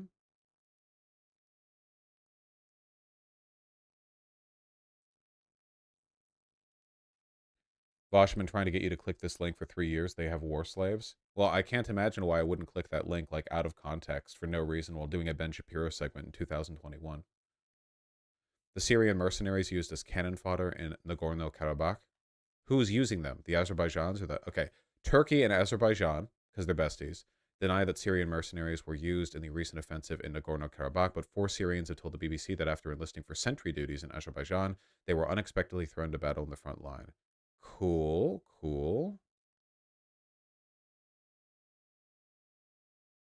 Uh-huh.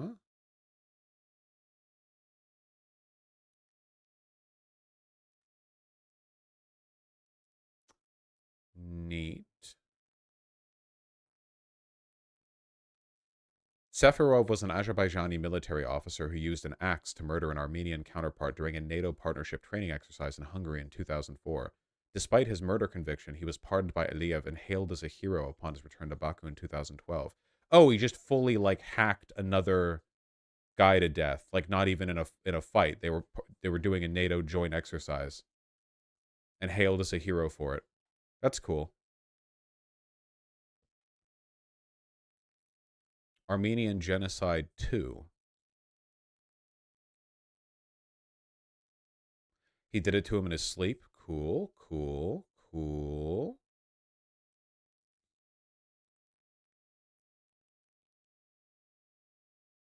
Neat. I wonder if we could do some kind of intervention. Any kind of, like, intervention would be pretty perilous. I don't know. What could you even do?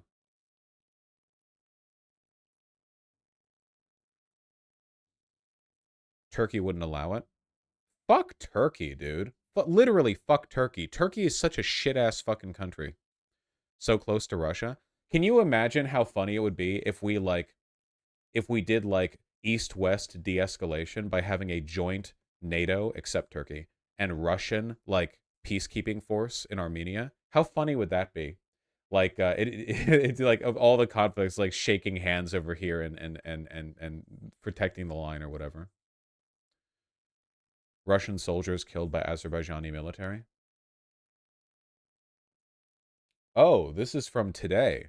Breaking. Azerbaijani forces just killed 8 Russian soldiers in Karabakh. That's not good. This is probably because Azerbaijan is aware of the fact that Russia is very weak right now and doesn't really have the ability to do much to intervene. Like, Russia doesn't really have the people or the resources to fully suppress Azerbaijan. What does the Azerbaijani military look like?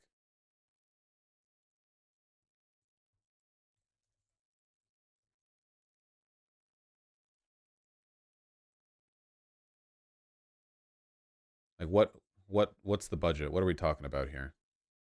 Budget about 3 billion. That's a lot considering the size involved. 126,000 active personnel.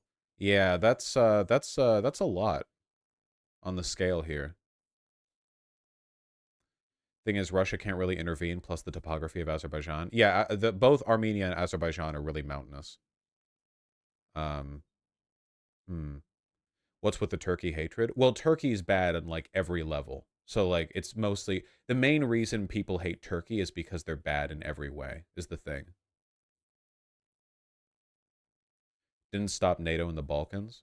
Yeah, well, in the Balkans, we just bombed them. You know, it doesn't really matter if you're bombing them. But for actual, like, peacekeeping intervention...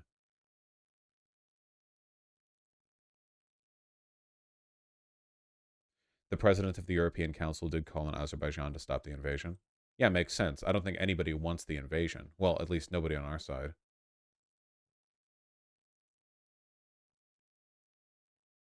Hmm.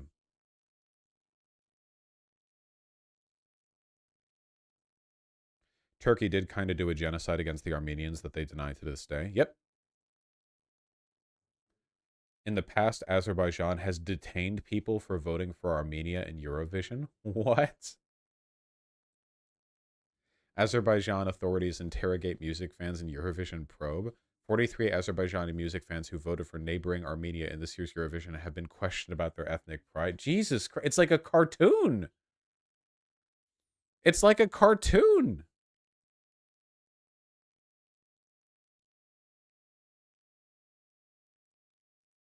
Phenomenal country. Please look into whole Azerbaijan. Yes, I know. They consider everything theirs. It's like same as always. Quote unquote whole Azerbaijan is just what if we took all of it?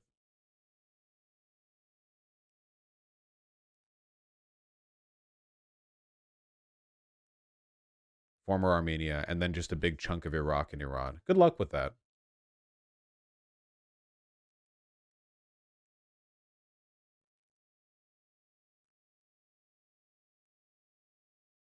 Exceptionally bad country. Yes.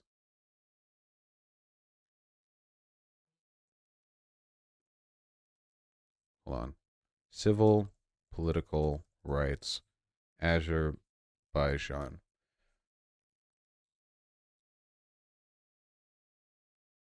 Yeesh.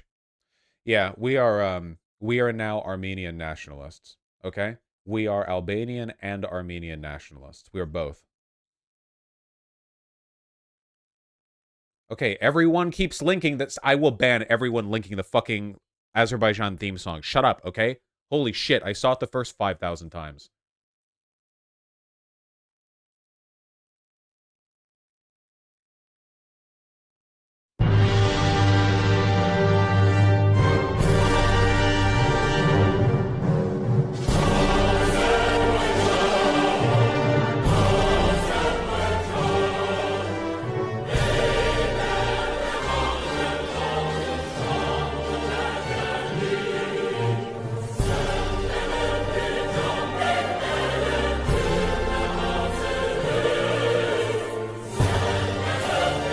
This is comically Soviet beyond parody.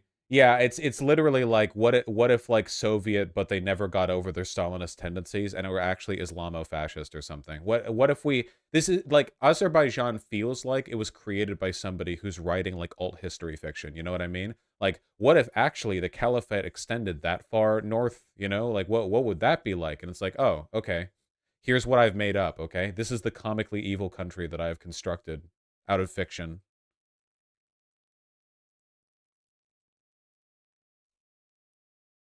Why not listen to your correct take instead? Albania is next to Azerbaijan. Retard. No!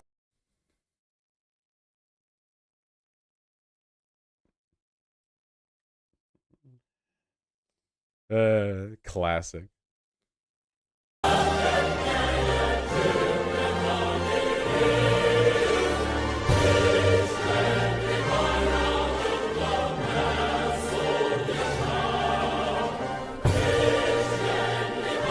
The Karabakh conflict is unironically kind of an informed simplicity situation. It's just so obviously the right choice to completely side with Armenia in this. Yeah, for sure. For sure, for sure, for sure. Couldn't the US do a Bay of Pigs style act with Armenians living in the US? I don't think that worked the first time. I don't know if that's a good lesson to learn from, you know? I don't know if that's the right direction to take things.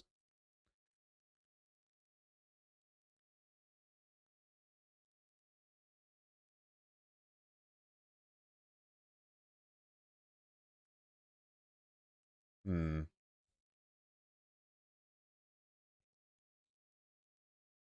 Yeah, sorry guys. I don't think anything can really be done to stop this. Not to be like super doomer or whatever.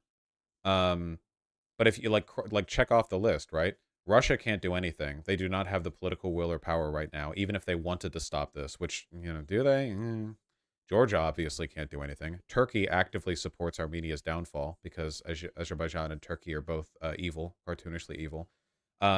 Iran can't really intervene because intervening to protect Armenia would both cause a lot of international strife and also could potentially put them in conflict with Turkey. Why can't Georgia do anything? Georgia's not strong enough to do anything.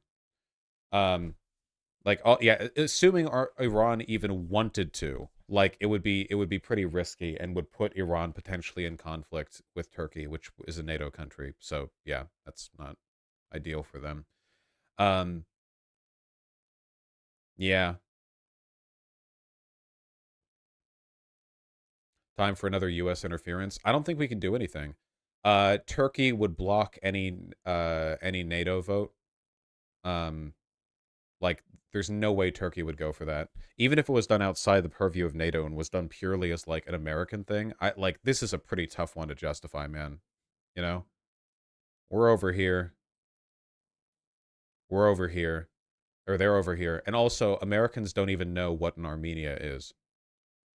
Like, there's no political will whatsoever, you know? Turkey should be kicked out of NATO, not gonna lie. Oh, I agree. Yeah, literally, fuck Turkey. They're an enemy of democracy. They should not be in NATO. The only reason Turkey is in NATO is like longevity, because we had missiles stationed there so that we could like nuke the USSR, you know? That's it.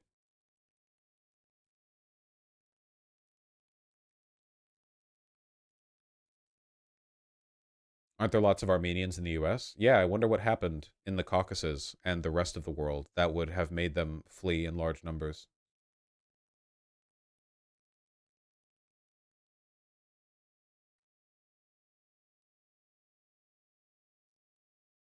Could the EU intervene? I mean, no.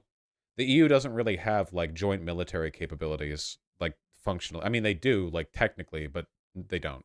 And also the EU is over here, and the Caucasus are over here. You know, got to cross the whole Black Sea. Keep in mind that literally the only way to get over here is through Russia or through Turkey. Like if in terms of like supplying troops, even if you want to get there via the Black Sea, you can't, because you'd have to land at Turkey or Georgia. First of all, Turkey would have to let you into the Black Sea unless you're one of these countries, which they don't want you to, so they wouldn't. And then you get over here and it's like, well, where do you land? You could land in Russia. No. You could land in Georgia, which is basically just Russia, so no. Or you could land in Turkey, which supports Azerbaijan. So how the fuck do you get to Armenia, which is landlocked, you know?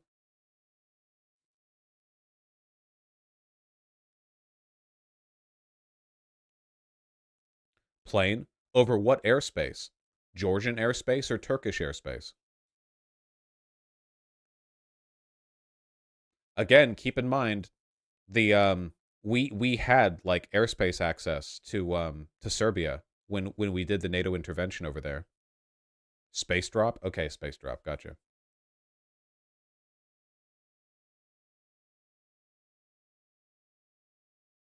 You can dig tunnel to Armenia. Yeah. What we need to do, folks, what we need to do, okay? This is the solution, all right? We need a new channel, all right? From the Black Sea to the Caspian Sea. It's the only way. No, I have a better idea, okay? An even larger channel, all right, that connects the Mediterranean Sea to the Caspian Sea. It'll be the largest engineering project ever undertaken. Maybe we can just cut up through the Persian Gulf and just cut Iran in half right here, and then we can do the boats through, except it's Iran, so they wouldn't let us. Yeah, sorry, Armenia, you're kind of completely surrounded by enemy nations. We don't really have a way to access you. Sorry. Like, what else do we go through? Like, fucking somehow get around to Turkmenistan? Like, it's Kazakhstan, you know? The US has its air force in Iraq. Yeah, but again, it would have to pass over Turkish or Iranian airspace to do anything. See? This is like 200... How many miles is that? I don't know. That's a lot. 300 miles? I don't know. It's a lot of miles. Many miles. In the previous war, Iran was leading into, with Armenia. That doesn't mean they would let us through.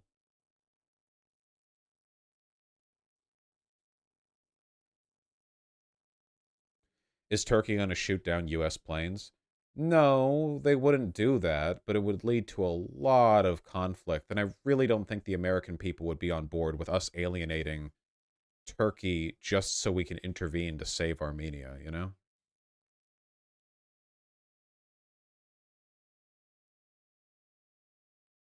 How the fuck did we even invade Iraq?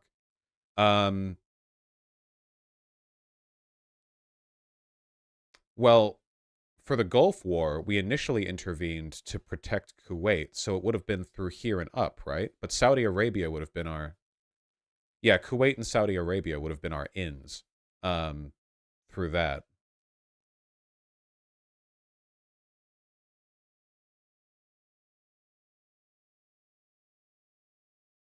The U.S. has troops in Armenia right now. I mean, we have troops everywhere, but we don't have, like, an army.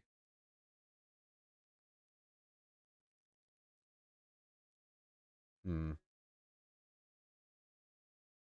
We need the glorious Kazakh Navy to come in and attack Azerbaijan. It's the only way.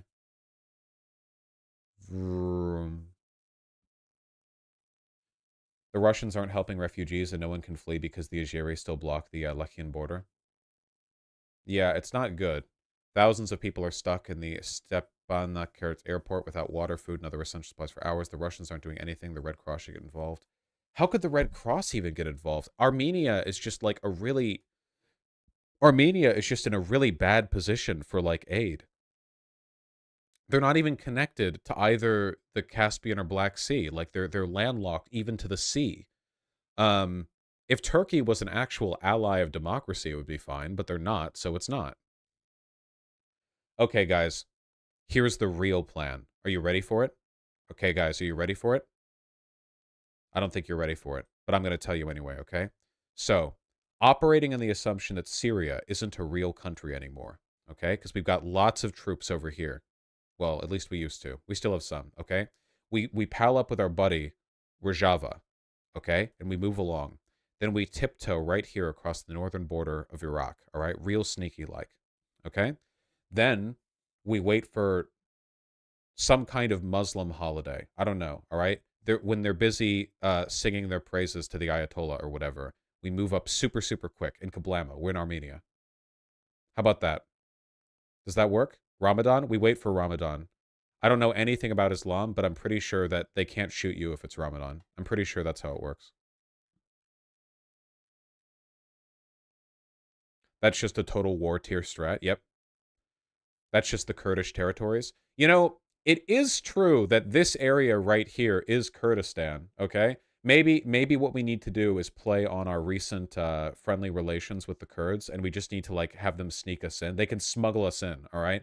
The Kurds, we can just package, like, 50,000 U.S. troops in a bunch of, like, laundry baskets, you know, where they, like, put a guy in, they put the laundry over him, and it's like, oh, I'm just moving the laundry. And, like, the Kurds will put forward 50,000. We're going to do like a Usurker Creed deep strike right here into Armenia, and then we all throw off the laundry, and we move east.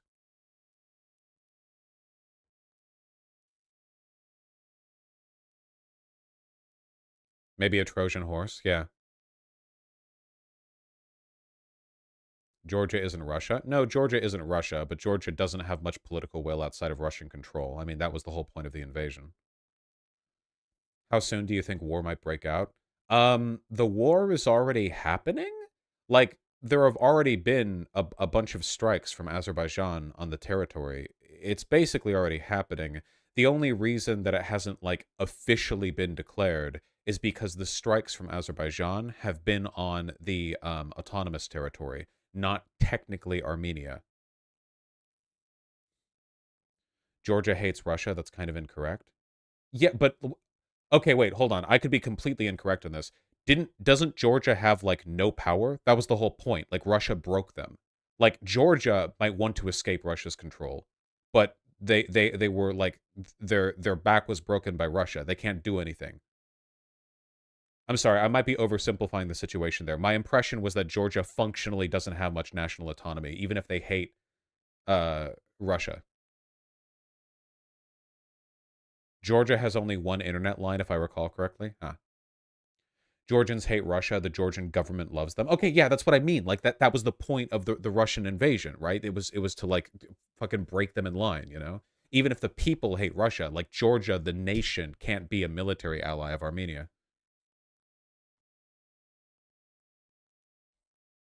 That's not true. What the fuck? Hold on. Okay. I'm sorry, this is kind of tangential. I actually don't know much about Georgia. I acknowledge this. But either way, Georgia can't help, okay? We'll learn more about Georgia in the future, okay? I'm not going to do the tangent thing, okay? I apologize if I said anything that's incorrect. I just mean my understanding is that Georgia cannot intervene in this. We'll research the Georgia thing later. The Caucasus are wacky. Yeah. I want to really quickly see what I want to really quickly see what these countries look like. I want to do the maps thing. I don't know. I feel like you can tell a lot about a country just by, like, taking a peek, you know? Oh my god. Beautiful. Don't ever talk to me and my son again. Gorgeous.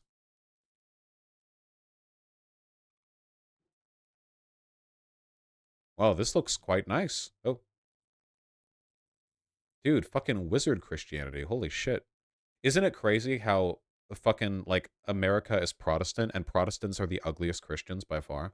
Like, Catholics, Orthodox, and Armenian Christians all have dope fucking ornamented shit, and then Protestants have, like, community centers where they meet in the basement with folding chairs. Well, that was because the invasion presence on it, right?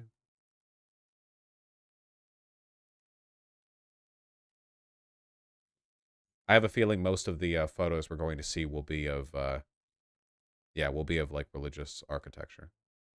Here, let's do one more. Maybe just a road, so we can see sort of, oh, you know, that looks quite nice. I mean, Armenia is obviously, like, a poor country. It's not, like, Western European standards or whatever, but it's, you know, typical post-Soviet city. I don't think that's true, actually. Like, obviously, Armenia was Soviet, but I'm pretty sure that the Caucasus have always had, like, a really distinct flavor to them. Even, like, Eastern Europe suffered a lot from, like, Soviet homogenization, but I'm pretty sure that Armenia and Azerbaijan kept relatively distinct um, styles, I feel. Oh, there's still commie blocks, to be sure, but, you know, like, that's fine, right? I mean, it's good for people to have housing. I just mean it's not quite like going over to, like, Serbia or Croatia or whatever.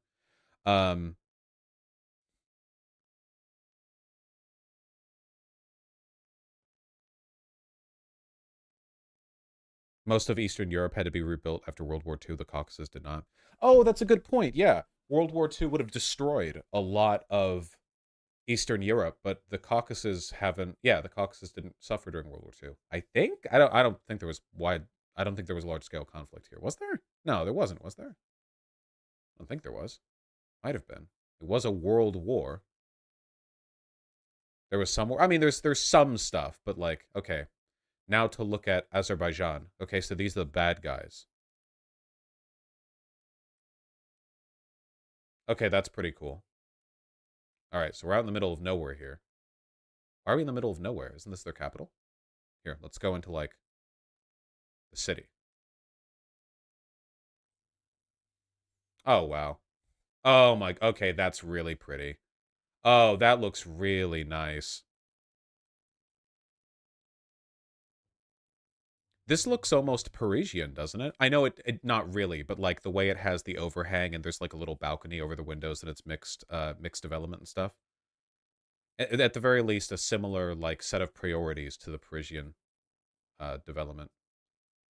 Kind of ostentatious. I don't know, man. I would love it to, like, go outside and have buildings that look like this loom over me. Also, is that a fucking protected bike lane? Holy shit. Oh, shit, guys. Are you guys ready for a new arc? Azeri-urbanism? Are you guys ready for the new most confused political arc imaginable? Hey, handsome. Oh, okay. It's actually quite pretty. Wow. Well, I guess this is what oil money will get you.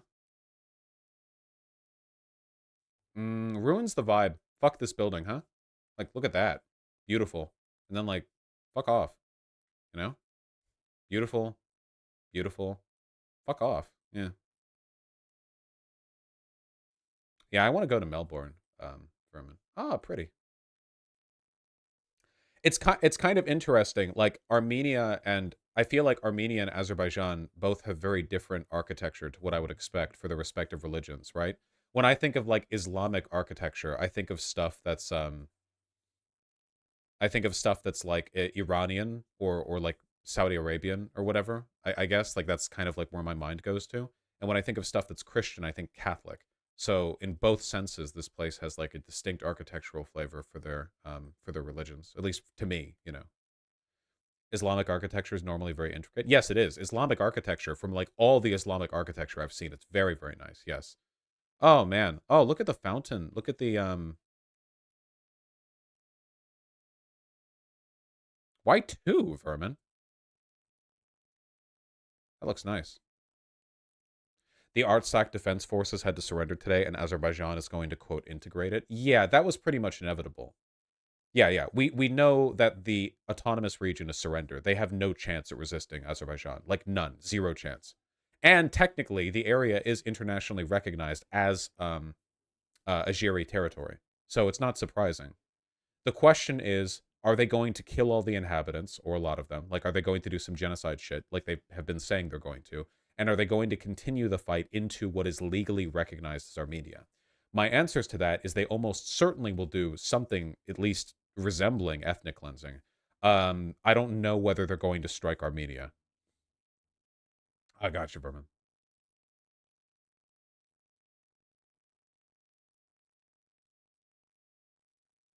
Yeah, how many U.S. troops are Good there? morning from the world's greatest hotel. Check out the view. Name?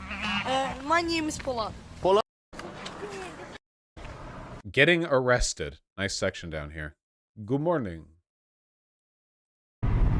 So, to Ganja City. Okay.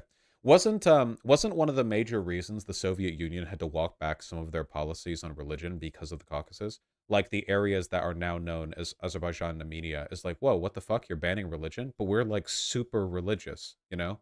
And those were like some of the largest influences in pushing out. Actually, wait, that might have been mostly the Orthodox Church. I think the Soviet Union was just never able to suppress religion down the Caucasus that much. Isn't that right? Like the Soviet Union tried to, but the Caucasus are pretty far south and they're pretty religious and it's pretty difficult to to tell them to not be. Yeah. Interesting. Okay, well, I know this has been kind of a long and meandering segment, but the situation is pretty complicated and I felt like it would be good to sort of look over things broadly. Uh do we all know a bit more now? Like, do we all feel a little bit more knowledgeable on the whole Azeri-Armenian conflict? I feel like an expert now. Good. Yeah, we are experts now. We are now legally experts. Yes. Benjamin, please don't do that. Like the nanosecond you think the segment is ending. Come on. That's like 3 links there. That's unironically annoying.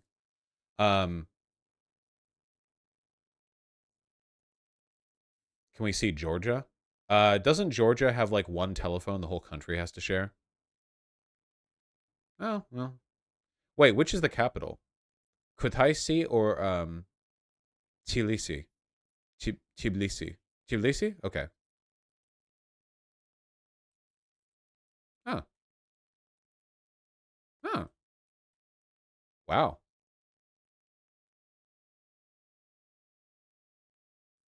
No, don't do that either, Benjamin. Man, you just know this wall was made like 5,000 years ago.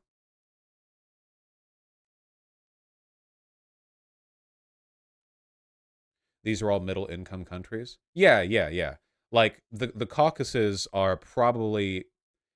I mean, it varies, but the Caucasus economically are on par with a lot of Eastern European countries, right? Well, wait, maybe... No, not really, because, like, the Baltic states are a lot wealthier than they are. Maybe more like, I don't know. The Caucasus aren't doing as bad as a lot of other parts in the world. I think the real issue for the Caucasus is that they are, they're kind of politically irrelevant, to, like, us, you know? The West doesn't pay much attention to the Caucasus. Yeah. Now do a random place in Detroit? Sure. I will. Dun, da, da, da, dun. You know, guys, I'm going to be honest with you. I actually have no idea how to arrive at Detroit just from the map. I actually don't. I've never actually, like, seen Detroit on a map. Not once. It's in Michigan? Okay, that sounds right, yeah. Start here. Okay, well, obviously it's a big city, so it would just be right there. Oh! I didn't know that Detroit was, like, kissing Canada. I didn't know that. I genuinely did not know that. I don't know anything about Detroit, except for, like, people are like, haha, it's porn black, you know? Huh.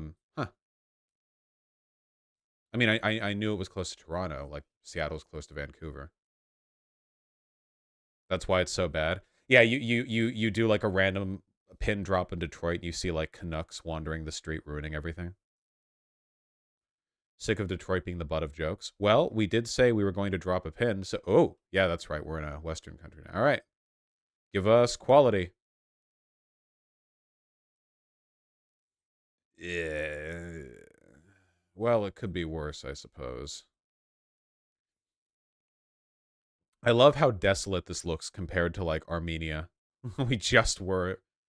But this is, like, typical American shit, though. This isn't, like, Detroit. Like, when people say, like, haha, Detroit, they don't mean that. That's what America looks like. America's just ugly. Oh, man. I love having, like, 90% of all your outdoor space be car space. Look at that. Just, like, mentally blank out everything here that only cars are meant to use, and it's like there's nothing left for humans. And everything's just a green grass lawn. Looks worse than poverty. Same, just everything's the same, man. All right, whatever. Okay, the point here is that we are all Armenian nationalists, and death to Azerbaijan. Okay? Okay. All right. Nice!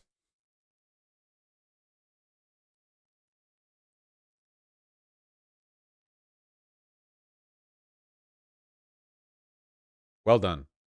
Well done. Okay, what are these links that people gave me?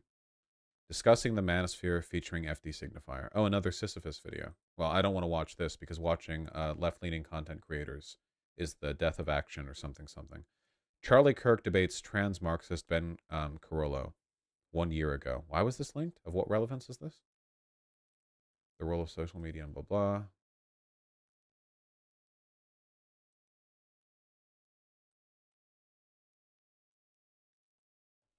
What is this? This one got Keffels in trouble. What got Keffel? Why was Keffels in trouble for that? What happened? Here's a question. Would the two of you ever collaborate on a creative process? David, no. Russell Brand looks fucking disgusting, dude. I like how conservatives right now are screeching that John Fetterman is destroying the West by, like, wearing a sweatshirt in Senate, and he's got his, like, fucking stinky bare feet up there. He like, it's so much of the, like, the cultist vibe. This is how white people see Jesus. Unironically, yeah. David Lynch has the best hair ever. Yeah, it looks like a wave. Where the fuck are his shoes? He's got, like, these stupid, like, cloth slippers down there at the bottom. Anyway, why did Keffels get in trouble for this debate? Covering an hour-long debate? Why? Just online tankies? Who is this Ben Carollo person anyway? Why do I recognize that name? Information. What are you put out talking about? information. Like, name one person. Look at the first commander of TYT. Oh, the person who quit TYT. This was a year ago. It's the best for what not to do in a debate. Oh, wait, how bad is it? Wait, how bad does it get?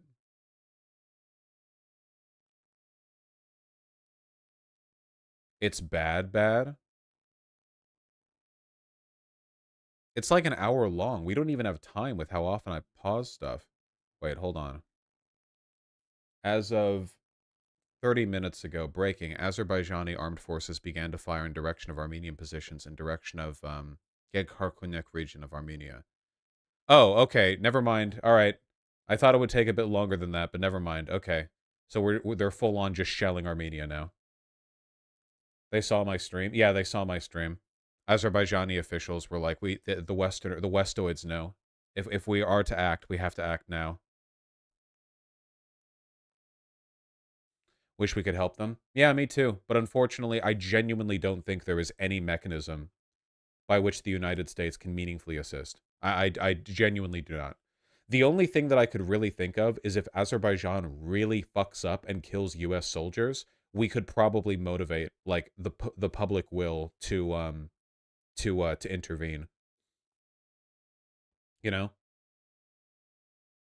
Like the best case possible scenario would be if like, well, obviously I don't want US troops getting hurt, but if US troops did get hurt, the best consequence of that would be the US like mobilizing political will and Turkey like stepping aside because they know that we we have like a pretext. But that's not going to happen. There are 81 troops in Armenia joint exercise. They're not going to get killed. Azerbaijan would have to be insane to risk killing US soldiers. If they like, it would like beyond insane. I know that countries do insane stuff sometimes, but this would be like unconscionably bad. It would be unbelievable. I mean, they killed Russian soldiers. Yeah, sure, they'll kill Russian soldiers, but we're America.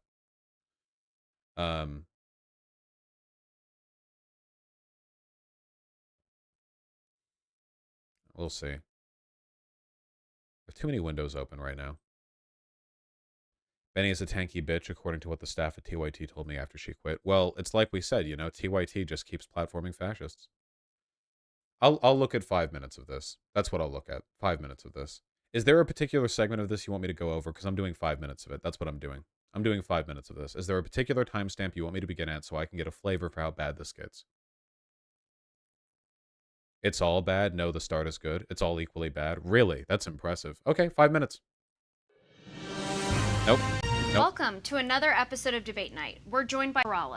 A lot of the state. The belief that the state is an institution that exists to suppress the interests of one class or another, right? Either under capitalism, that it would be the dictatorship of capital, where capitalists suppress the interests of workers to the benefit of their profits. Now, under Marxism, the state serves the purpose of basically serving the interests of workers to the benefit of, to the benefit of the workers to suppress the interests of the capitalists. Because right off the bat. In a proletarian state, for one, there wouldn't be any capitalists to suppress. This is like the version of proletarian state that Marxists, quote unquote Marxists, Leninists like this push. She, by the way, she, her. The version of it that they push is like Chinese socialism, to the extent that it can be called socialism, which it isn't, so it can't be. Where it's like, actually, China is socialist because the government supports the people and not the capitalists or whatever. In a proletarian state, there would be no capitalists. It would be a proletarian state. Obviously, the very nature of capitalism is to lower wages, increase prices, and this has an inherent contradiction that basically squeezes the working class and inevitably squeezes the capitalists themselves by leading to things like inflation and market crashes. So really, the central theory of Marxism is the belief in a state that works No, it's not. Why are you saying this? The central theory or theories of Marxism are class conflict and the material dialectic. If your sentence ever begins with the central theory of Marxism is a state, you've not read Marx. Ugh. To serve the interests of the working class, to suppress the interests of capitalism, and eventually get to the point where the need of the state itself is irrelevant. Okay. How much of that do you believe? Oh, 100%. All of it. So you're just like a full-fledged Marxist. 100%. So everything Marx wrote? I mean, not necessarily every single word. Well, just so I can understand, just so we can make this constructive. Like, just tell me your political philosophy. So leaving aside the fact that she's a tanky and therefore a fascist, and they're both fascists, and this is just two flavors of fascism, if you want to defend socialism or Marxism or whatever else, make sure to frame it in language that the people who are watching will be able to relate to. So in this case, my preferred strategy here is to talk about economic democracy. We believe in letting the people speak their voice in the political sphere. We wouldn't accept a dictator, so why do we accept a dictator in the workplace? Every day, millions of hardworking American workers have the value of their labor stolen and siphoned off by people who contribute very little. I have nothing against entrepreneurship, but entrepreneurship has existed in all ages. There's nothing about entrepreneurship that necessitates that a tiny class of ultra-wealthy individuals suppress the will of the people. You want to frame it in language that resonates with the people who are listening. Make them defend autocracy which he would because he's a fascist. So make them do that. Remember, when I debated Charlie Kirk on Tim Pool's show and he tried to do the whole, like, I'm anti-pharmaceutical industry thing, I just said, I would have them nationalized. What would you do? And he backed off the subject.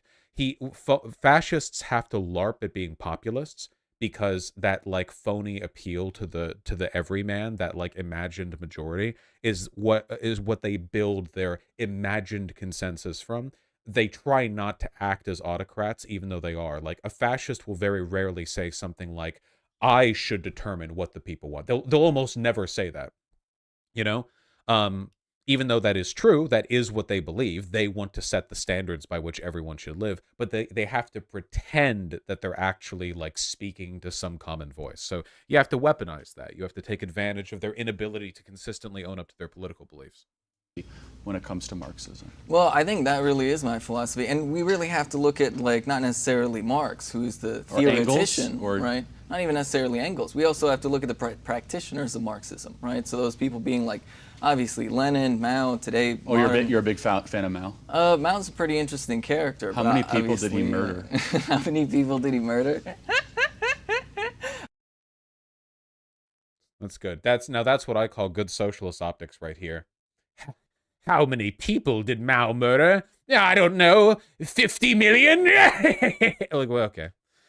Yeah, I wouldn't. That's step 2 for optics as a socialist, is don't defend Mao. Immediately denounce Mao. Please. Please? Please. I mean, how many people do you think he murdered? How many people did George Bush 45 million, more or less. And what are you getting that number from? How about the Chinese people themselves? Rough calculations of international organizations. Mass graves. What do you mean, the Victims of Communism Fund? This is flawless. We are 2 minutes in, and already she is defending the death of, like, tens of millions of Chinese peasants at the hands of Mao. That's incredible. Immediately, Charlie Kirk has already won this debate. It is not possible for anything she says. Like, you could end watching it right now, knowing that Charlie Kirk has won. Like, the equivalent of this would unironically be if she somehow managed to trick Charlie Kirk into trying to downplay the numbers of Jews killed in the Holocaust. Like, that is actually genuinely the level that this is at, you know? Incredible stuff here. Literally puts out Nazi propaganda on a regular basis. I'm sorry, wait. The Victims of Communism Fund is a what group? Puts out Nazi propaganda. They literally have a statue. I mean, you have to be joking, right? Arrogantly presuming where he gets his data from. So what she's doing here is the same thing that Nazis will do, where if you present them data and they're like, where'd you get that from? Scheckelberg Goldstein? Mick is Irish. Mick Jewish? There we go. Pulled it back. Where her, like, presuming where he's getting his information from makes her look incredibly defensive and makes her look like kind of psychotic, you know, like, oh, did you know those people are actually crazy, you know? You realize in the USSR, they list Nazi war deaths as victims of communism. Hold on a second. You're pro-Lenin, too? Yeah, I mean, Lenin did a lot of really great things for the USSR. Well, Lenin was nowhere near as bad as Mao. So presumably, if you're going to defend Mao, you would defend Lenin, right? Like, Lenin was like, okay, Lenin was a monster, but Lenin was like a guy who did things. Mao just, like, rolled his way into the palace, raped children, and killed 50 million people by asking them to hunt birds and, like, fucking smelt pig iron on their farms or something. Like, Lenin was like a serious person. Mao was only serious as a revolutionary guerrilla leader. He literally brought what was a feudal peasant society to be a major world superpower. How about the Ukrainian famine? How was that? What about the Ukrainian famine? Like the 6 million people Lenin intentionally killed through forced starvation and famine? I mean, it's pretty ridiculous to frame that as intentional, right? Like, let's be real, right? There was a famine, and we can... Lenin?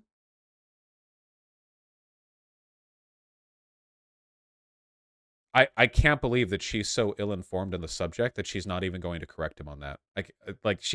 She's so ready to defend genocide that she's like that she doesn't even hear, you know, like she that's her for, like, priority number 1. Holy shit. can argue about the mismanagement of famines, but capitalists have mismanaged famines all the time. Hold on a second. What is a Irish kulak? Potato famine. What's a kulak? What do you think a kulak is? I know what a kulak is. You tell me. You're the Marxist. No, I want to know what you think. A kulak is someone that owned a certain piece of land that was not allowed to own that same piece of land because of Lenin and Stalin's government. And if they owned more than it, what happened to them? And do you know what? Okay, No, just answer the question. I'm curious. Actually fucked up that so far, Charlie Kirk has authentically and honestly taken the progressive position on these issues. It's like genuinely. This is what I mean by like we need to control the fucking MLs or whatever and shut them the fuck up and keep them away from television screens and the cameras and microphones. Because like so far everything he said is the left position on the issue. Insane. What did happen to them? They went to a gulag. Do you believe those exist? Yeah, 100% gulag. How many people died in the gulag? Do you know what a gulag is? No, just like more or less. I just want to know. Do you know what a gulag is? Yeah, a forced labor camp, or it could be a forced death camp. You mean like the forced labor camps we have in the United States of America, which, by the way, the United States has... Notice also how it's not just a matter of her positions being terrible. She doesn't have the backbone to actually control the conversation. Like Charlie Kirk is completely dictating every single...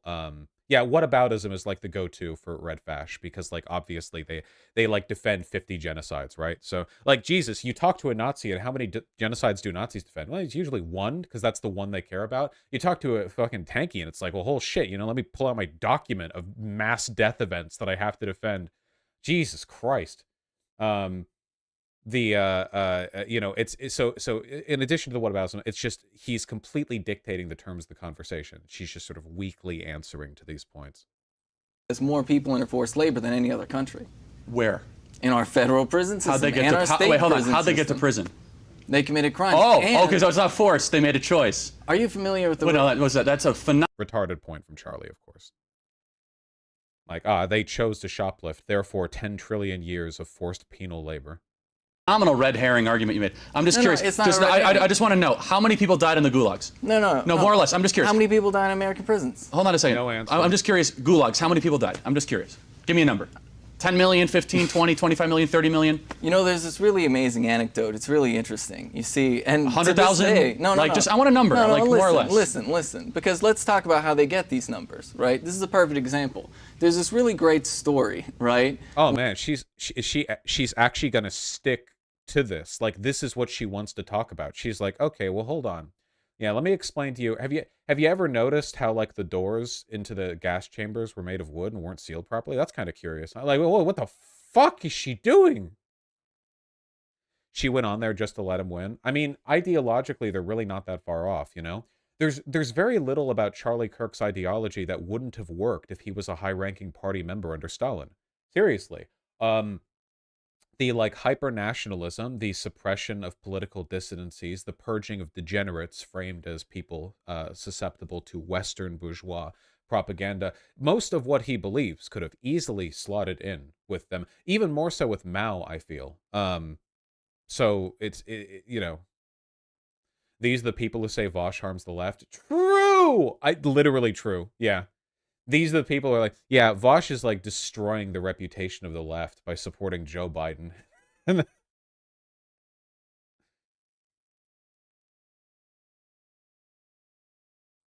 Where, you know, you have Winston Churchill talking to Stalin. He's like, hey, how many people died in the famine? And Stalin, obviously not wanting to talk about it, they had bigger things to deal with, you know, like World War II. He puts his hands up. And Winston Churchill walks away and says, oh, yeah, that means 10 million. He must mean 10 million. Now, we can obviously talk about mismanagement of famines, but if we're going to talk about mismanagement of famines, why don't we talk about the people in India that Winston Churchill killed? Why don't we talk about the people we're not here. I'm happy to do a whole defense famine. of the greatest man of the 20th century, Churchill. I'm not going to actually do that right now. So, was Alexander Solzhenitsyn a liar?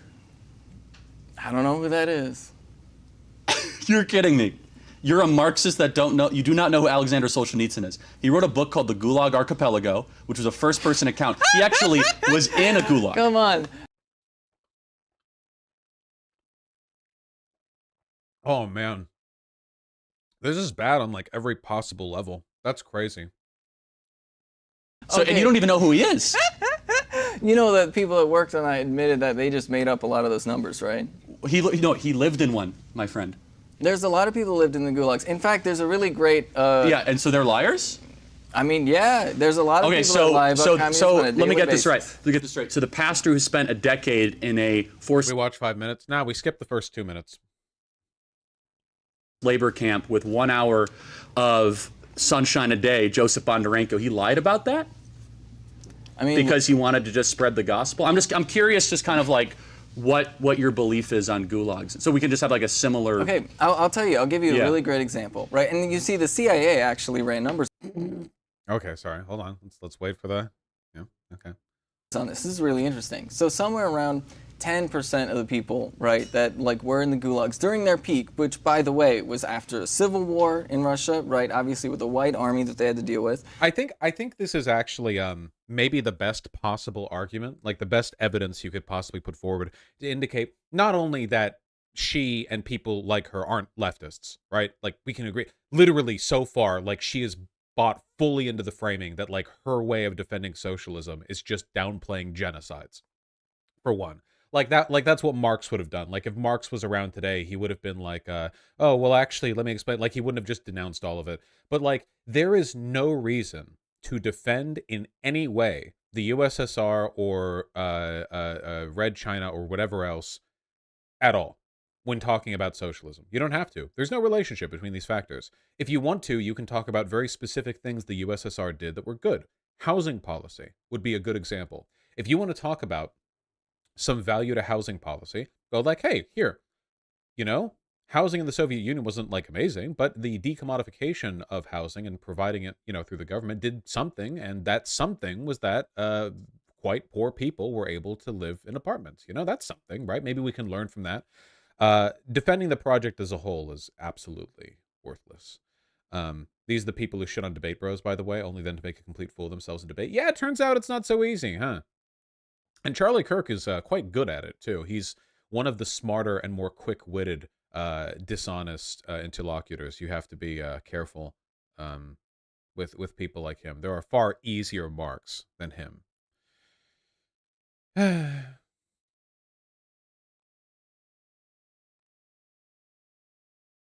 Is she a psyop? No, she's just an authentic. You know, she's kind of a victim. I assume she's younger than me. She's probably just what happens when you spend all your time in these like LARPy online communities that encourage suicidally ineffective political action, that distract you from meaningful analysis and convince you that the real ways to defend socialism are basically just to be a fascist. Do you think it's fair to say Mao and Lenin genuinely attempted to bring socialism into existence, and the means in which they did led to authoritarianism? No. I don't believe so. No, I don't. I think that I don't think that Lenin or Mao were ever socialists. I think that those were both the thinly veneered political aesthetics they adopted in being revolutionary leaders, and the moment they took power, it just became about defending them and their system and their state. And everything that previously was ideological defensible suddenly became a threat to their power. I think that like it's like maybe they thought they were doing that, but nothing about their political actions suggests to me a real commitment to that process. All they did was consolidate and consolidate and consolidate and kill opposition over and over and over. I mean, Lenin did this too. It wasn't just Stalin, you know. Lenin had like the anarchist militias that he fought with against the Tsar killed before he even took power. Like before everything was even said and done, they were shot in the back of the head. Thousands of people who worked with him, and he was like, no, sorry. These guys are anarchists, which means that they won't like just support my authoritarian state. These worker councils disbanded, you know. It's like, nah, fuck them. Yeah, the Kronstadt worker. Yeah, no. Just nothing he did lined up with socialism. I bet they self-justified all the time. Oh, I'm sure people love to do that, you know. I'll let her finish this argument, and then I'm moving past it. Right, and then the World War II with Nazi Germany, right, were political prisoners. But this is really interesting, right? I believe it was in the Gorbachev years, they tried to do a big reformation and granted a huge amount of amnesty. To like tons and tons of people that were in those gulags. Hey, and Kev. Do you know what happened, Charlie? Do you know what happened after that? This is something that the CIA documents literally You mean after the liberalization of the USSR? No. What happened to the people that were let out of those gulags? They wrote books like the Gulag Archipelago that brought down the USSR. Most of them actually ended up right back in those same gulags because, this is to be very, very clear, that's their normal prison system. That is the normal prison system that they... Yeah, Keffels, I think that actually ContraPoints, counter-revolutionary as she is, actually made a good point to that effect. In her video where she talked about, like, the radicals, I think it was the voting video, where she talked about how a lot of lefties seem to treat the revolution the same way Christians treat the rapture, as a kind of, like, idyllic, always in the future, never now super event that justifies every moral position they have, but also, like, excuses them from having to do any real work because it's so big and beyond them that it's not really on their scale of things. So you have like you have really marginalized people who are so desperate and feel so low and powerless. So much in the same way that people in a low position would turn to God, I think a lot of them turn towards like a very ineffectual kind of idyllic leftism, where they, in the same way that fascists do, idealize strongmen because strongmen are like a political shortcut to achieving power. You know, why build a complicated system that rewards good incentive structures? Then you can just like have like, oh, what if we just had a leader who believed everything I believe and they were in charge? And they project those beliefs onto previous strongmen like Stalin or whatever. And they defend the project without understanding what it really means. They had, just to be clear, because who do you think set up the gulags? So you're trying to tell me that the people that were put in the prisons were not political prisoners? No. So what happened to the Mensheviks? Most of the people. What the forced imprisonment of the Mensheviks? So tell me how did Trotsky die? That's a good question. How did Trotsky die? What do you mean, an assassination? Who killed? I really want. I'll end it in a sec. I just want to see if she'll defend the assassination of Trotsky. I genuinely want to hear if she'll say like, well, you know, he was disseminating counter-revolutionary propaganda in Mexico. I want to see if Trotsky. Look. No. Tell me who killed Trotsky. Are we gonna talk about economic theories? We will. No, but no. I'm just curious, just like because I'm just trying to understand. You say you're a Leninist. I mean, who killed Salvador Allende? So 66 million people died in the gulags, rough estimation. Okay, she's just not gonna. Does that not concern you? I mean, most of those numbers are inflated. Like, you gotta really understand this. Like, the reality is that was their normal prison system. This feels like watching a politician debate a Twitter user. That's because that's what it is. This is like a perfect representation of a person with a horrid ideology, but a person who's rooted his advocacy in what works in the real world, you know, how to actually argue, how to actually make points, versus a person whose like political education and rhetorical education both stem entirely from online circle jerking, you know? If you look at the mortality rate in the gulags compared to the mortality rate in American prisons at the same exact time. So let me ask you this. So how many people died in the Holocaust, would you say? He's made the same conclusion as me. He's made the same conclusion as me, where she's basically just doing the same thing. Oh my God. Do you think, is he going to go for the like absolute killer strike and make the, well, National Socialism argument, you know, where it's like, well, you should agree because you've been defending genocides this entire time. And like, he was a National Socialist. So like, what's the difference, you know? I don't know. I'm not a Holocaust expert. Wait, are you actually fucking kidding me? Do you seriously not know about how many people were killed in the Holocaust? That is an inexcusable gap in your political knowledge. That is not information you can't know. 6 million? No, it was 6 million Jews. Total number of people, depending on exactly where you draw the line, was around like 11 to 12 million, I think. Though a lot of people died like outside of camps or like sort of broadly, but you know, it could be hard to track all of the deaths. But there's 6 million Jews. Yeah, he said people, not Jews. How about like 8 million? Would you say that's fair? No, that wasn't the. No, that's not that's not either number. What? Fuck, nobody knows. So I know at a minimum there's 6 million Jews that died. Okay, so why are those numbers accurate yet the Gulag ones aren't? Well, it's very interesting that you bring that up because the truth of the matter is. This is the last argument we're going to hear. This is going to be a rough one. Charlie Kirk has been folding her like a fucking crepe, okay? Every argument has gone exactly how he wanted it to, and it has brought us to this point, and this is like a, like,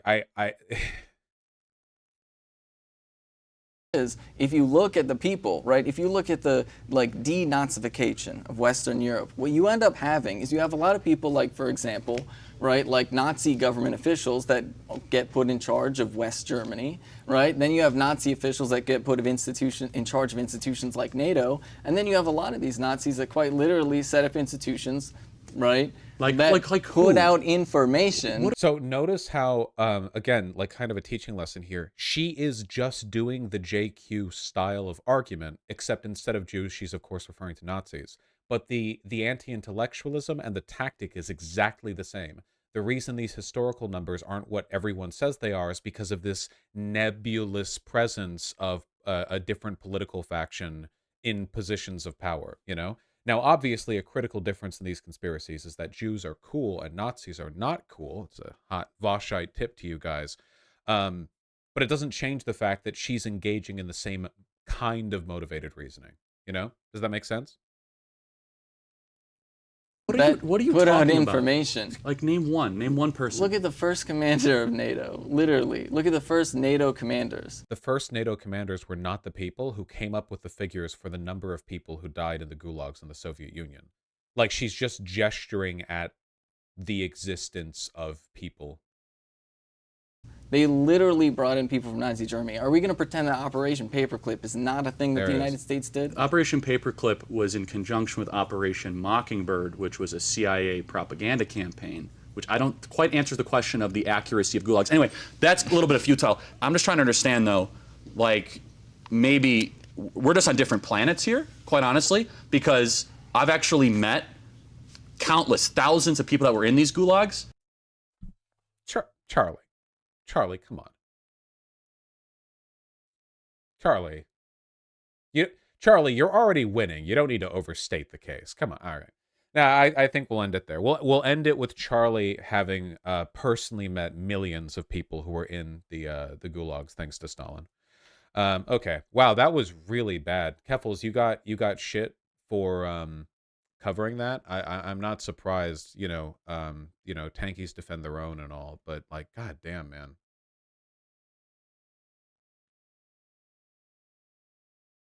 The thing that really bugs me too is that I want to help. I wish I could talk to people like, does she still go by Ben? That's not dead naming, right? Benny? Okay, Benny. I saw people in chat saying Ben, but I didn't know. Yeah, Benny. I wish I could help. Like, I wish I could talk to Benny and be like, hey, I know you're probably not going to go in Charlie Kirk's thing again, but like, we should really tighten up that rhetoric and also not defend like 50 genocides. She hates you. I know. They all hate me because they're fascists and I'm not. I accept their hatred. I think their hatred is an endorsement of my political ideology. Yeah, the person who did this hates me. Great. I must be doing something right considering. She said she was paid $3,000 to do that debate. Really? So she was so it was an op. It was literally an op. It was literally TPUSA spending money to set up like an easy win. Dude, if conservative organizations are paying you to be there, that means that they want you there. It's to their benefit for you to be there. I get offers from plenty of conservative organizations to do events and stuff, and I usually ignore them or turn them down because a lot of them are very clearly just like, come over here and let's like incite an entire like media grift cycle off of like the pointless bullshit that we're going to talk to you about. I don't respect these people. If you want to talk to me, you come on my stream. But I don't get offered money. Certainly nobody's offered me $3,000 to go anywhere. I'd like to believe that's because they don't see me as such an easy mark. Anyway, she hates me. Whatever. I did better in my debate with Charlie Kirk, so the results speak for themselves.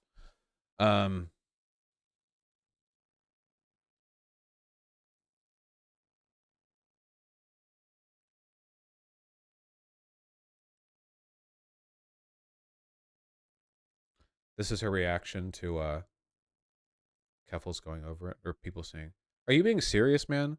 Shout out to the people who saw Keffels going after me and immediately subbed to my OnlyFans.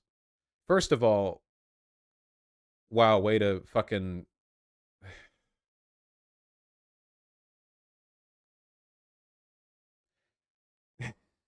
Every fucking time, huh? The plug. Not beating the allegations, yeah. And that's kind of funny, not gonna lie. It was funny for me like the first 5 times I saw this exact thing happen, but now it's like every day. It's the same thing, which is somebody does something morally wrong and fucked up, and then rather than account for it at all, they're like, haha, I'm gonna make money off showing my asshole to you. Like, it wasn't just that fucking stupid chick that I debated a couple days ago. It's like very constant, you know? This is like a queer and like a woman thing as well. I don't think guys can get away with it quite as easily, because a guy would just have to say like, haha, thanks the money. But there's this pseudo empowerment, you know, to the idea of like, ah, well, you getting that OF bag, and I don't think it should be treated that way. Haha, you know, set back the cause of leftism, promoted, you know, fascist pundit by going on a show and eating shit. Now look at my OF where I also eat shit. I don't know.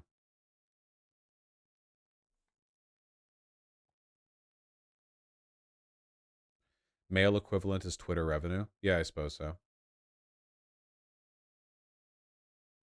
TYT is not good at hiring people? Well, considering the direction that Cenk and Anna Kasparian have gone, it seems like maybe they're actually quite good at hiring people if their goal is to fuck things up for the left. All right, moving on.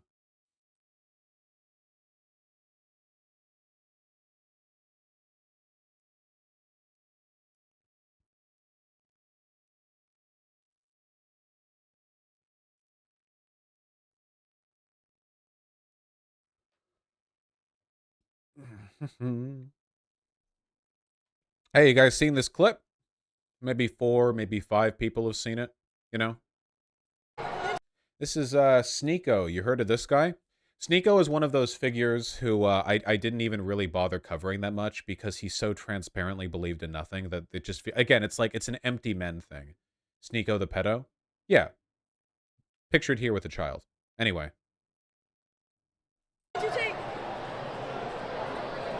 Fuck the woman! Fuck the woman! What? No, wait. We love women. We love women. But not like transgenders. Yes, sir. We love everybody. No. All gays should die. Yeah, merch. Preach. What have I done? Can I get in the video? Fucking talk. Can I get in the video? Yeah. Talk to him. Yo, what's up?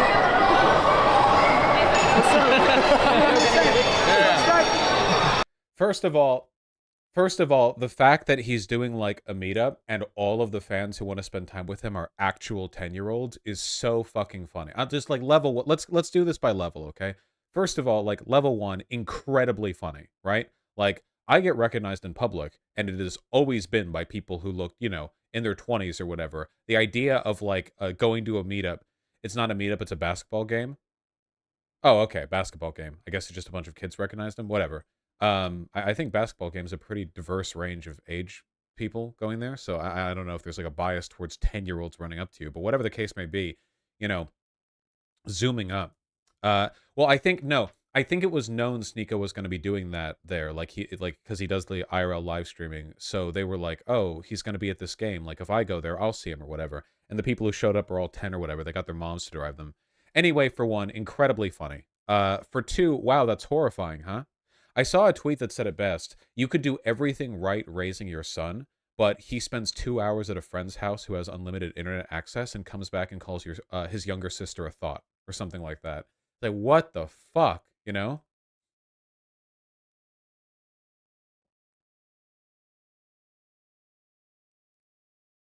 It's so bad. It's not even funny how fucked up it is. No, it's like, yeah, it's pretty terrifying. Though I do think it's I do think that there's something positive to be said about the fact that like it is all like fucking 10-year-olds that are doing this, right? I mean, like the bias towards the red pill content leans so young that it's an indication that these ideas are untenable for people who are like post-pubescent. You know what I mean?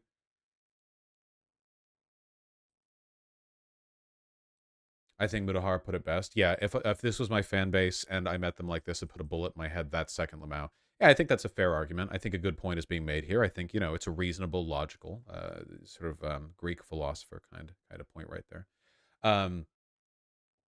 Yeah. It's not good. It's also been reported that children have been saying sexist things to their teacher in UK schools. Yeah, I've even gotten emails from people who work in education, where they've essentially said, like, you know, the high school boys, like 11th and 12th graders, are fine. Like, they're rude, but they've always been like that. But then there's like you have like 8th graders or whatever, or like even younger, and they're insane.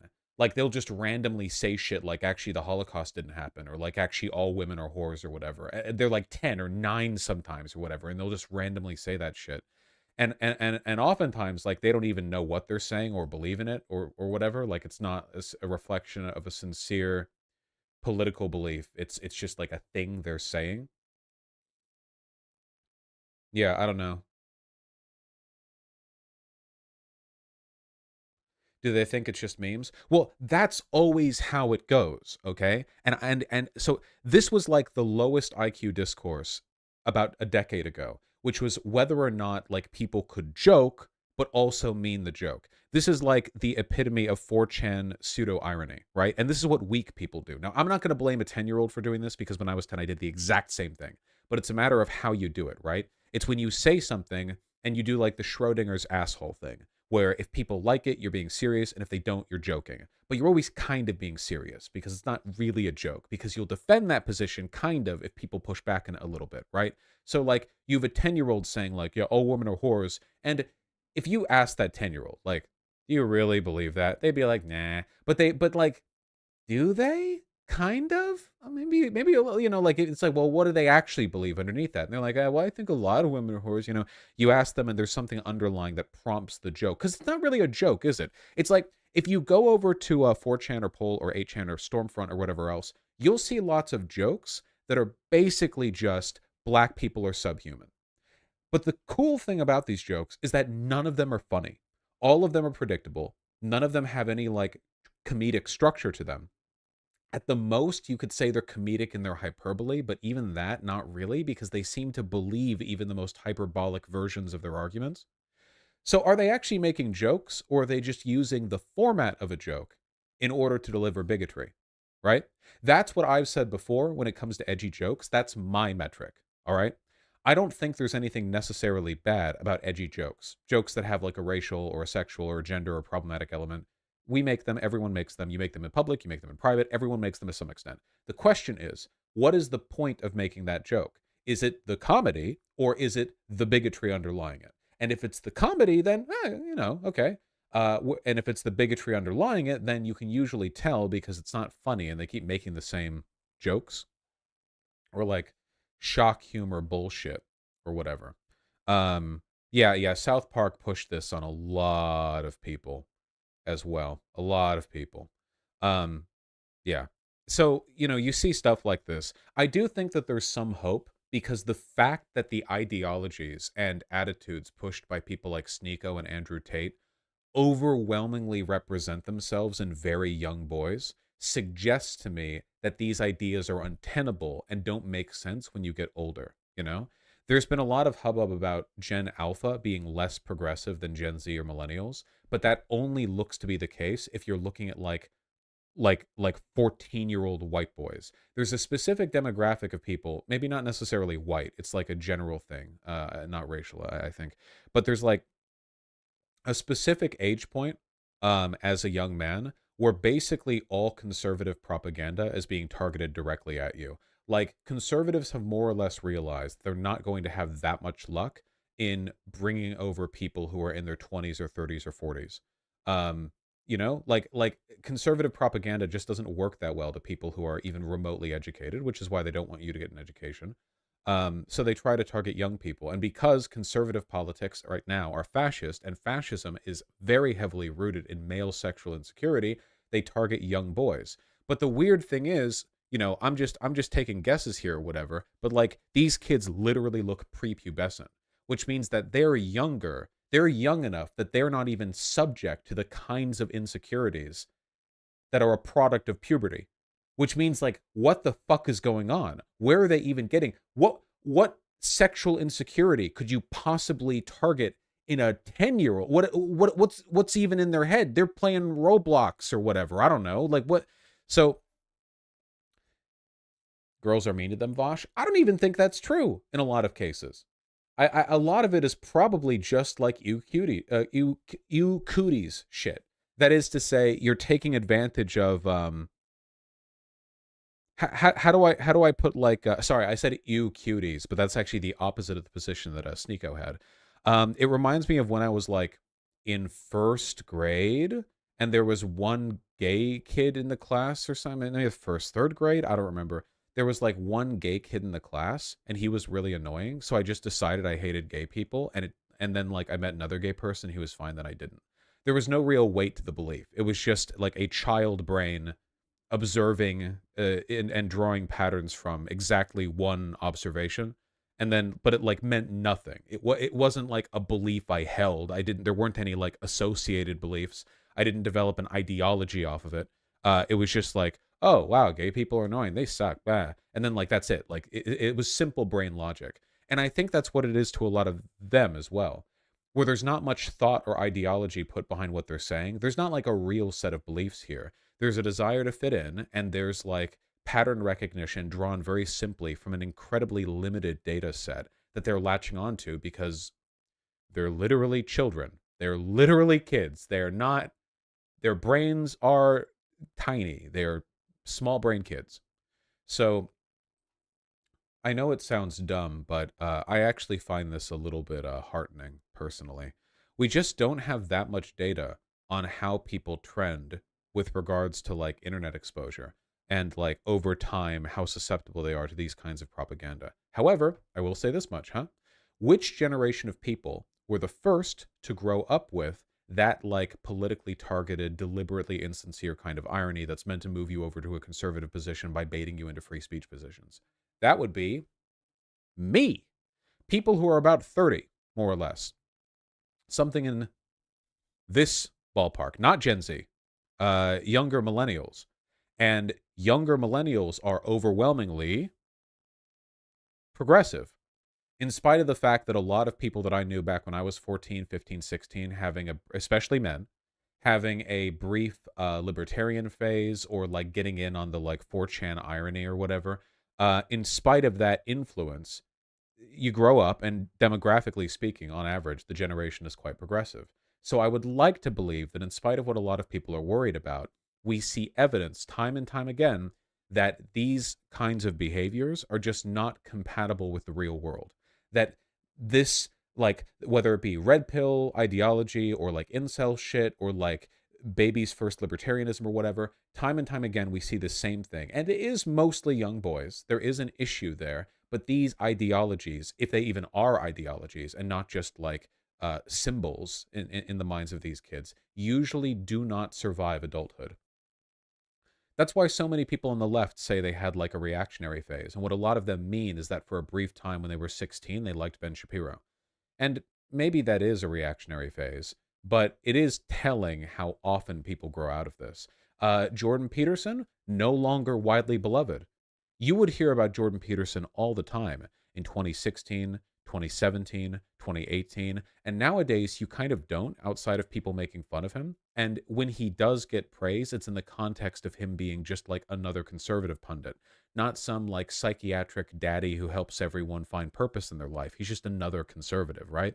And a lot of that is because many of the people who grew up listening to his advice found it didn't really fix anything and kind of grew out of it. That's not like an onboarding mechanism anymore. Andrew Tate fallen off considerably, and his fan base was largely like very, very young, insecure guys and a couple of like cynical, grifty tech bros who made a lot of money from doing like drop shipping and his little pyramid scheme media share project, right? Overwhelmingly, it seemed like his support was artificial, and to the extent that it was sincere, it was very young people. Remember, what country was it? Was it Poland, where we saw like a march for people to defend Andrew Tate, and they were all like 14, 15-year-olds? Greece. That was it, Greece. You know, I just don't think these ideologies, these beliefs, these mentalities, these patterns of behavior work consistently as you grow older. So that's the hopium that I'm extracting from this clip. A reminder that as important as it is to fight against these beliefs and these messages, you know, they are largely ephemeral. And do not grip people as tightly as it may seem. Don't assume that someone who at 10 says something like all women are whores is going to like continue to believe that. Like they're 10, you know?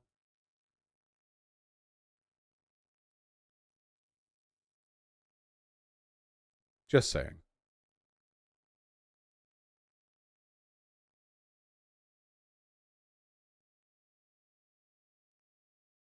I've seen the link. You guys keep linking it. I've seen the link. Thank you.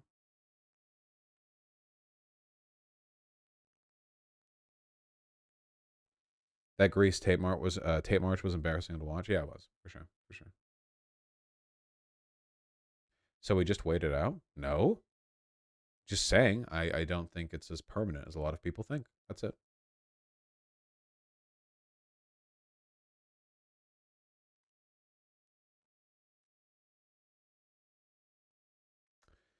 Sorry to go back to the Benny thing. It's funny seeing Bad Bunny in our chat calling Keffels a parasite. Well, we already did this thing. We're going back now? Why are we going back? What is this?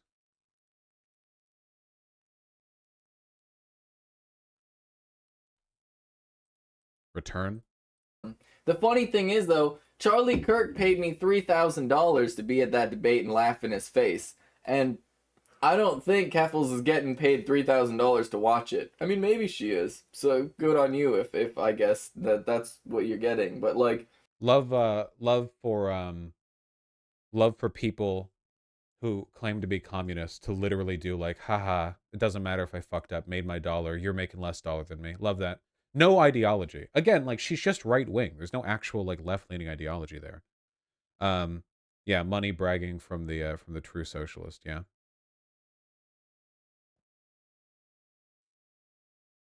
Benjamin, I'm going to keep ignoring you as you link that, like over and over. You can keep linking that. I'm going to keep, I'm going to keep, like, you can't keep linking. Stop linking all the time. Stop linking.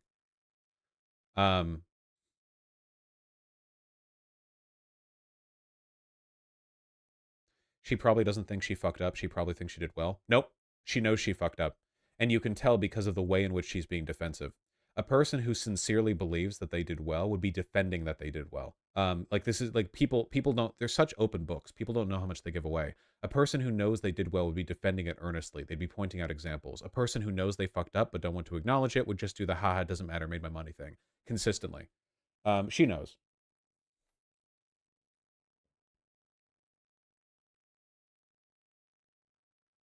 I forgive you, Dan Eater.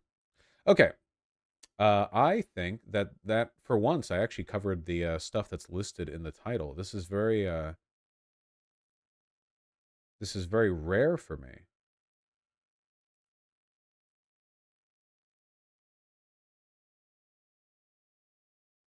Lynn Wood is the one who rolled on Trump. That makes sense. That tracks. UAW strike now. I covered the UAW strike and Unity as well. Gaming stream now. We should do one of those soon.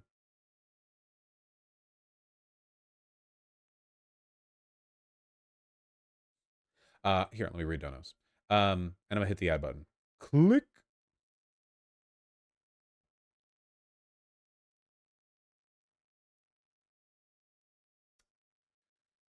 Merkify and YPSO21, thank you for the $5 both. I have not done a fascist Disco Elysium playthrough. I don't know if I ever will. Balthazar, thank you for the $10. Saute your linen in olive oil on a drying rack until crispy and golden, then place in a food dehydrator for 6 months. Maybe. Might work, even. Kearney, thanks the tier 1 sub. Really appreciate that. Tiger Sig, thank you for the tier 3 sub. Very kind of you. Unhinged Jaw, thank you likewise, the tier 3 sub. What's funny is this guy, the guy we saw in the first video, could be talking about more important things than stirring up drama over other people not making the kind of content he wants. Yeah. I have never made a video saying people should make video essays, man. So much targeting. Jared and Frangrams, thank you for the $5 both. Really appreciate that. Orfeo333, thank you for the $2. I know. Midnight Kidda Boy, thank you for the tier 2 sub. Really appreciate that. The Bungus, thank you likewise. Flips, I do fear the eyes of the far shore. Thank you. Appalachian Anarchist, thank you for the $10. Really appreciate that. Appreciated the Dinoman convos. Do you think it'd be helpful to do a research stream on Blair Mountain and the roots of labor in Middle America? Love the lenses. Thank you. Maybe, yeah. There's lots of stuff that I want to research. All the time. A nice coat with the $5. Just got back from counter-protesting the anti-trans march today in Canada. Disheartening to see as I live in a conservative area, but glad for the solidarity. Yeah, you know, I mean, I'm sorry you have to deal with that, even like adjacency wise. It's pretty fucked up.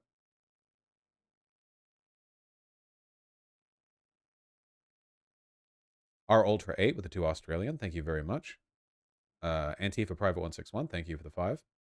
The thing about that Charlie Kirk debate that frustrates me is that so many of my real life comrades are like that lady, but I often have to put up with them.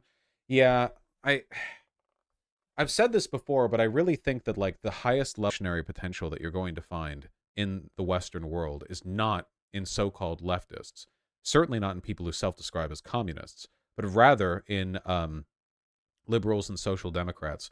Like Benny, the lady, is farther away from anything even remotely resembling socialism than like your average wine mom liberal, like significantly farther away. So yeah.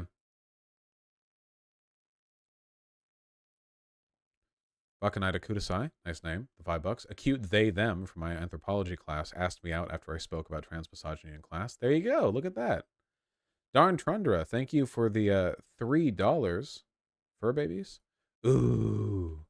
Tiny. Speaking of, Ruben has been up on top of the cat tree this entire time. I just heard him chirp.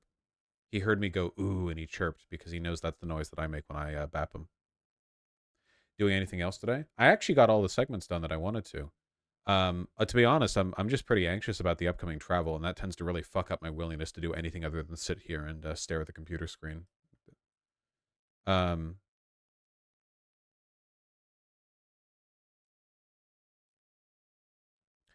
You never did talk about the Unity engine or railroad unions? Yes, I did. I did a whole thing on the Unity engine and the railroad unions. You mean the strike that Biden brought? That was a year ago. Do you mean like the recent stuff? Because I talked about the recent wave in unionization.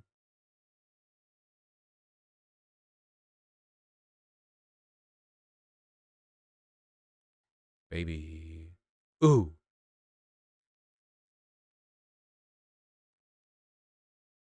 You didn't talk about the UAW strike. You said you would. Well, I'm pretty sure I did, didn't I? I feel like I did. I remember doing that. No, you didn't. I didn't talk about the UAW strike, but I did. I know for an absolute fact that I covered that. We did a whole thing where we looked over the we looked over the statements from the UAW leader.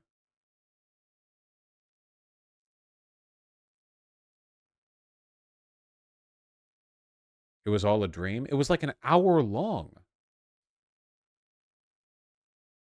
Yeah, JBZ would know, okay? And he says I did.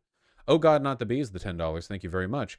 Bosch, the world's largest lithium deposit was just found in Nevada. It's double the second largest deposit. This could invigorate domestic battery production. Yeah, that's pretty good. That's pretty nice to see. I saw that.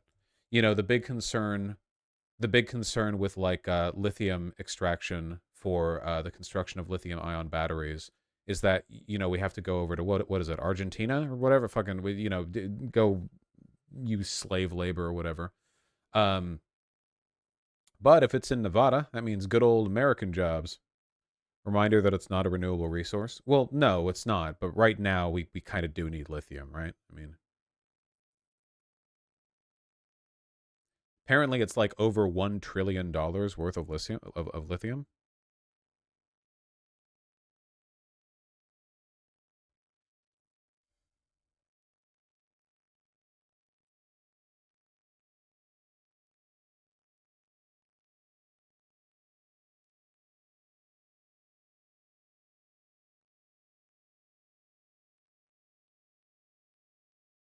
Huh. Huh. God willing, Gentlefish.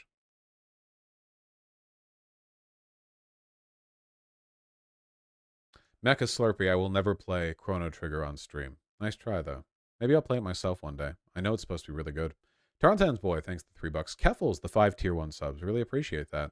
I see you found the Benny versus Kirk debate. Have fun giving yourself brain cancer. The first 8 minutes were enough for me. Thank you. Jesus. Annie, thank you for the gifted tier 1 sub. Really appreciate that. Senuous Psychosis, thank you for the $5. Only shows the Ethiopian-style churches in the Eastern Christian sect, but it still fits given the dope-looking Armenian churches. Average church building for Catholics based in Point to Heaven, Orthodox cool ice cream looking thingies, Protestant located between Buffalo Wild Wings and Best Buy, Eastern Christianity, cool as shit Middle Eastern aesthetic, made of rock. True. I'm a huge fan of this kind of architecture, by the way. I really like I really like see, because in the West today, when we see stuff that looks like this, it's all like brutalist or whatever. But this isn't brutalist. What about ornamentation that's just very angular and very like rock based, you know? Obviously you can't carve like 20-story buildings straight out of rock. You need like separate rocks, but called bricks. But I like very solid looking architecture. Catholicism is cool and all, but it often looks too delicate for my taste. I don't like the Gothic, you know, inspiration, and I don't like the onion hats that much. But I like stuff like this a lot.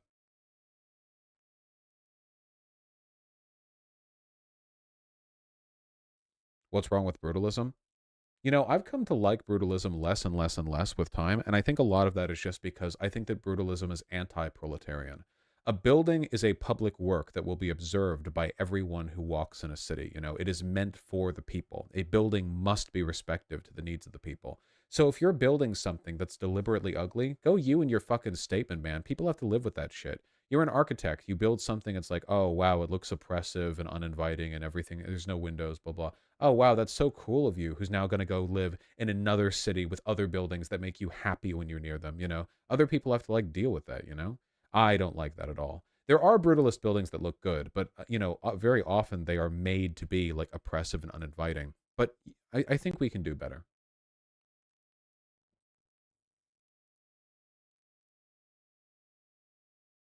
Like, the first question with building design has to be, does it look good? So here's an example, by the way, of something that looks pretty brutalist, in my opinion at least, but I would think looks nice. See, we're clearly drawing on brutalist influences here with the lack of windows, the solid facing, but it looks really good because it works well with its environment. You know, it looks, I think, quite beautiful. That's fine. Great. Okay, cool. So stuff like that is cool, but I don't like it if you're just, you know, making stuff ugly to make stuff ugly, because it's like, oh, dude, it's brutal. You can go too far in the other direction as well, like the Antwerp courthouse. What is this? What the fuck is this? Is this a real building? Is this fake? Is this real? Doesn't look like a 3D render.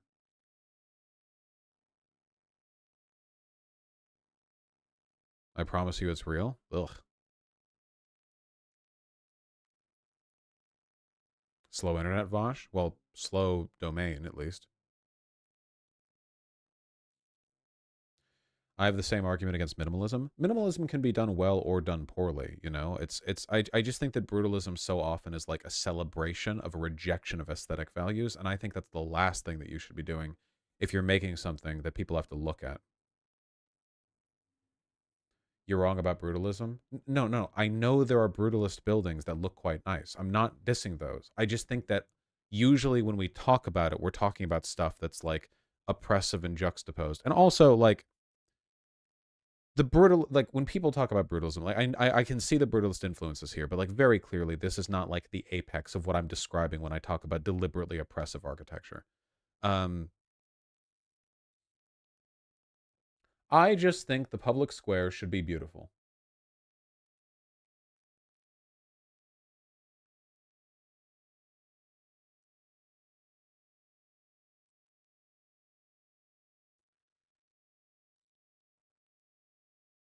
I did philomath. I'm afraid I can't promise a conversation, especially not right now. But I appreciate it, and I'll respond properly. I need to talk about the Iran stuff. I do. I talked about that, right, Bananas? Huge potential strike-related news. The California Assembly approved a bill that allows workers on strike to get unemployment pay. Dude, really? Holy shit. This would single-handedly remove the need for strike funds. Or not remove the need, but I guess at least like massively subsidize the need for strike funds. That's huge.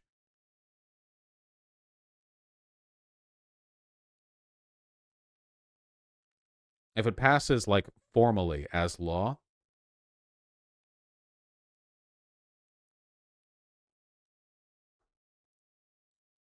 Newsom hasn't said he'll sign it. Yeah, well, it might be like veto proof. We'll see. Bella Bell, thanks the tier 1 sub. I did a Gutska art while listening to the last one. Oh yeah, I saw this. Yeah. Guts and Casca, unironically, when they were together, you know, in a proper sense, best romance in manga.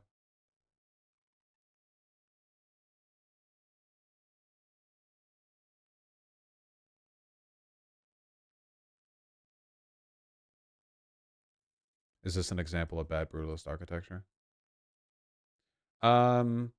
This isn't too bad, but I'll admit I don't really like it that much. Yeah, I just, especially for a city hall should feel warm and inviting. A city hall should feel like a representation of the will and interest of the people.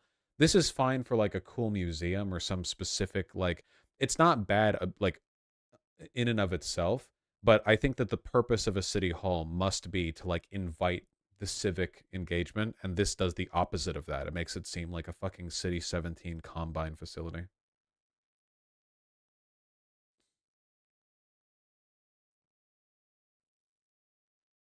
What do you think about this? Helsinki Public Library? Oh, that's nice. That looks quite nice. Maybe a little bit full of itself, but I think a public library has a right to be. We need to bring back Art Deco. I do like Art Deco a lot. There's a lot of like turn of the century Gilded Age wealth and ostentatiousness to Art Deco that I like quite a lot. The problem is that Art Deco is dead. Like, it doesn't exist anymore. Okay. I'm getting a lot of stuff right now. I don't like a library looking like this. I just don't. I think libraries should also look warm and inviting. There are some buildings that I think the deliberately like oppressive, like concrete battlement thing works for. But I think that libraries, city halls, that kind of stuff should be good. This is nice. I'm familiar with this building, or this complex. Okay, guys, you're linking me a lot of stuff. Don't just, if you're going to link me something, don't just say, like, what do you think of this? Like, say what it is, you know? Because otherwise, like, I get a lot of links. What do you think of this? I don't even know. You haven't told me what this is. I don't know. It looks pretty, though. Yeah, this is the famous one. This I'm okay with because it's, in addition to being brutalist, it's so ostentatious and over the top that it's practically like a landmark, you know? This sort of distinguishes itself in a way that I feel rises above its more oppressive like design elements. I think it's an improvement. What about this Dutch town hall? Why are you linking me tiny photos? Stop doing that. Also, it looks cute, but I can't tell because of all the pixels.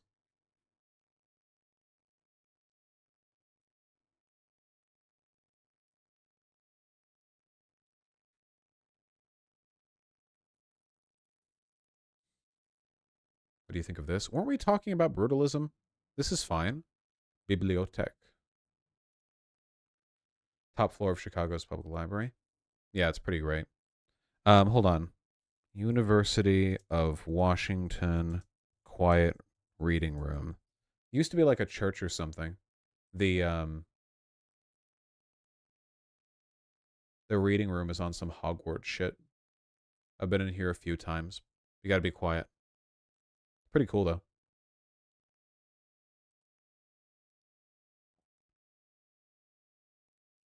There you go.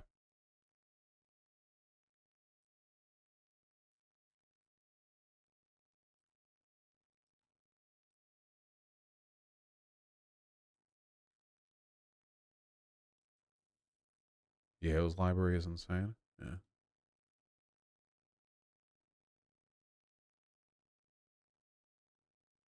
Yeah, seriously, Hersberg. Ugh. What is this? Yugoslavia brutalist. This is an architect jerking off.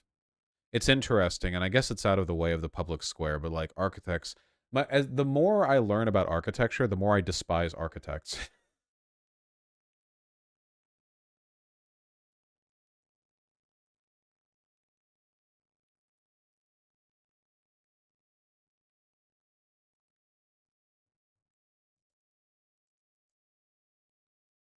The Seattle Public Library is pretty cute. Beep beep.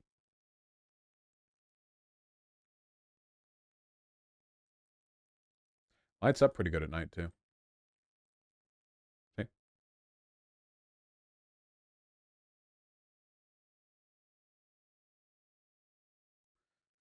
You know, I've never actually been inside. Look at how cool it looks inside.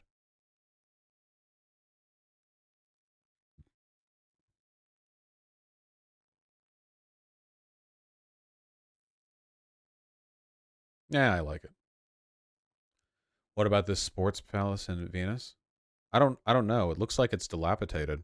Outside of its social context, I can't really decide whether or not I like this. Looks like it's not used. Architecture is just fashion that lasts far past its trend. I don't necessarily think that's true. I think that there are styles of architecture that age much better and some that age much worse, you know? Like, everyone hates the super standard, like, 1960s era glass and steel concrete office buildings that exist in every downtown space now that were initially sold as, like, the future of architecture, but in reality were just the cheapest ways for housing companies to make buildings to like, lease space out to offices, you know? Um, Vancouver Library, that's beautiful. I love this. This is quite nice. I like that quite a lot. I do like Art Deco. Yeah, I've seen Eco-Brutalism's nice. I do like Art Deco quite a lot, but it's a dead like, you know. It's a dead style of architecture. I wish it wasn't, but it's just not being built. Some of the things that I like most about it, I really like crowning. I love buildings with a nice crown. That looks so pretty. The black brick with like the like shiny polished limestone on top looks very, very pretty. Oh, that is that polished limestone? It was very, very.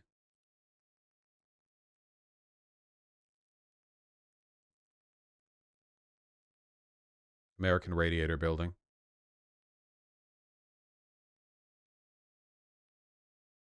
Chrysler Building. What? Get fuck off. Oh, that looks beautiful. Notice how all these Art Deco buildings are in New York. Like that's where they all are, you know? How is that Art Deco? I don't know. Whatever.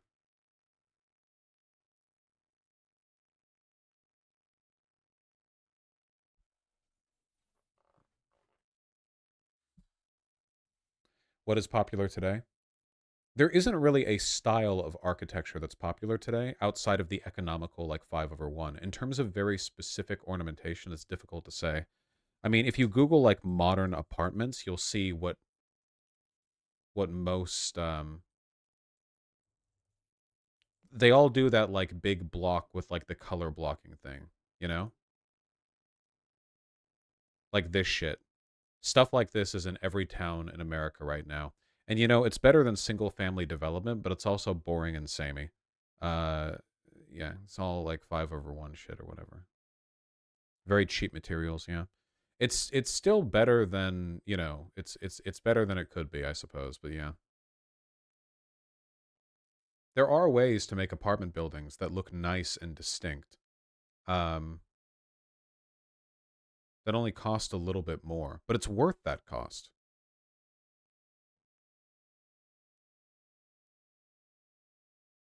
Even this is a big improvement, though it's a 3D render. The blocking here is a lot nicer. It does a lot more to break up the space and make it interesting. But even that could be done, like, much better. Let's see if I can find an example of a...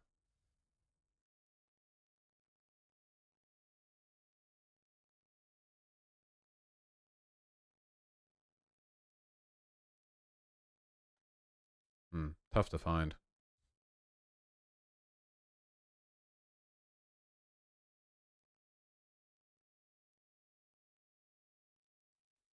Old style apartment buildings. Sometimes the old ways are better. I think that buildings like this often look a lot nicer than the ones we're looking at. The problem is these places suck to live in. Like I like the vibe, but actually living in these places is often like a sweaty, like messy, fucking shit ass experience. So, yeah, you can make nice brick townhouses and apartments, but it's. Sorry, I'm getting distracted here. Let me finish up these donos and then I'm gonna skedaddle. Leave you all high and dry. I hate this, and it's right next to our town hall. Ugh, yeah, I hate this too. Yeah, fuck this. This is what I mean by architects jerking off. Does anyone ever look at shit like this, or like the Disney Music Hall or whatever, and actually think it's nice to look at? I think most people think it's like, oh, it's interesting. Fuck off. They're like, oh, that's interesting. Like, oh, wow, that's different.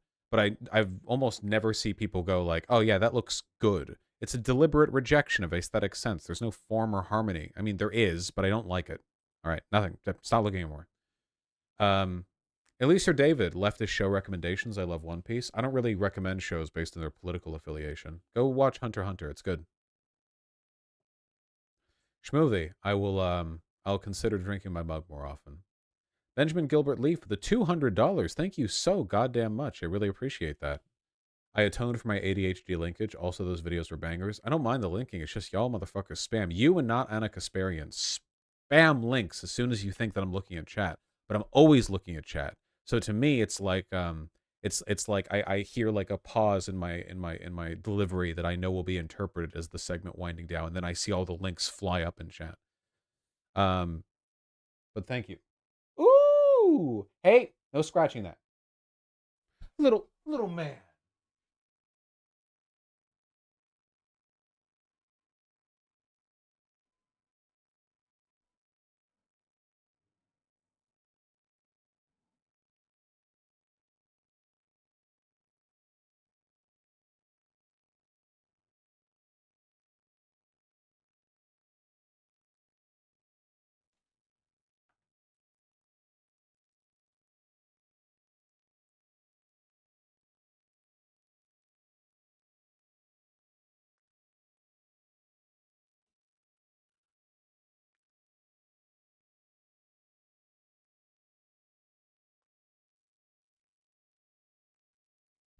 Silly boy. I feel like I've been too close to the camera today. I don't.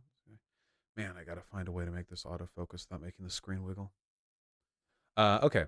Randy with the $5. Thank you very much. Yes, we need an Armenian Hyperloop.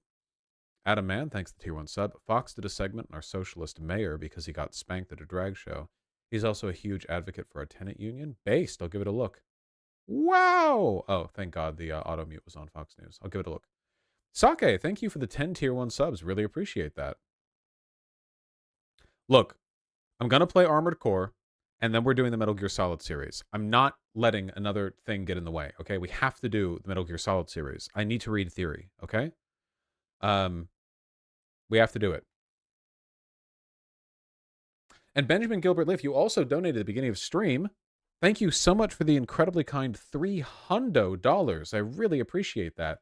Though, unfortunately, it's a litigation of the links that you were posting.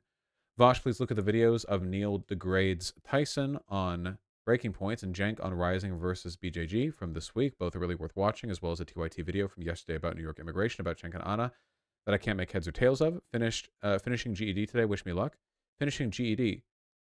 You're finishing your GED today and you have this kind of money. What is your living situation? What do you...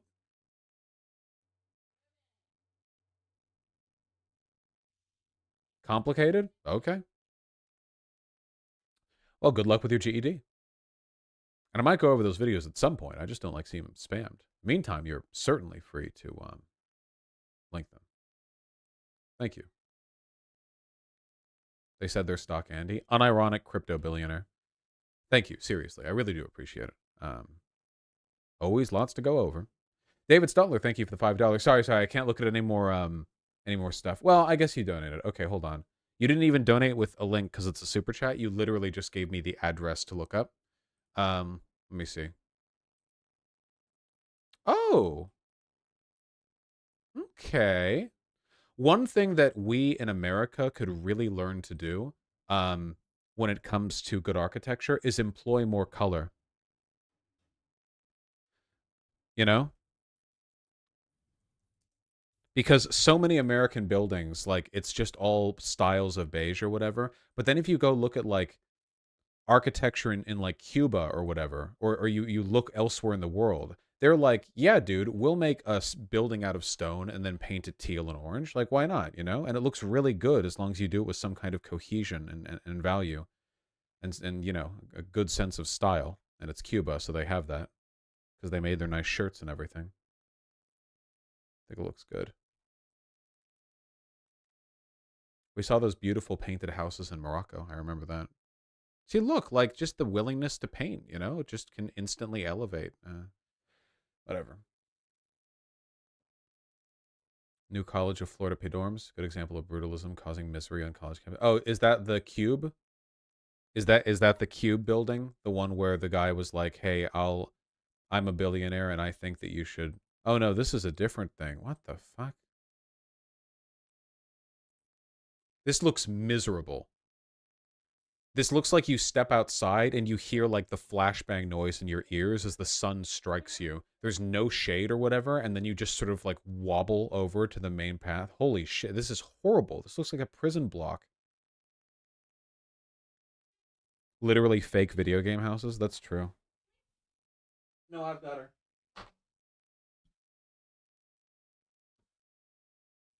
Who spent all night sleeping next to me in a big blanket pillow? Ruben's bothering her, so I was going to put her on your bed again. Yeah. This morning, while I was still laying and hadn't gotten up yet, Pigeon was still bundled in the blankets, and Ruben jumped up and burrowed into her to get the blanket off her head, and then they booped noses, and she licked his face. Here, give me her. I want to put her on your bed. No, give me her. Oh, okay. There we go. So cute. Chicken Taser, yes. I saw that Ethan Klein spoke of me positively, which I was very happy to see. If we talk, we talk. That would be nice, though. I would like that.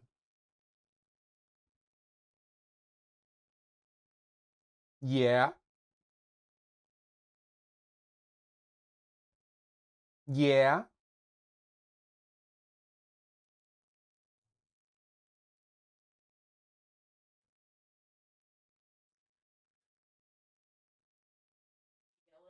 I've given him my beanie. Oh, good. Ruben?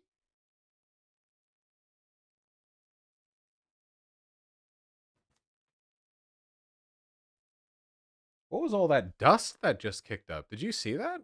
Was it? I saw a bunch of dust in the air. I got a vacuum.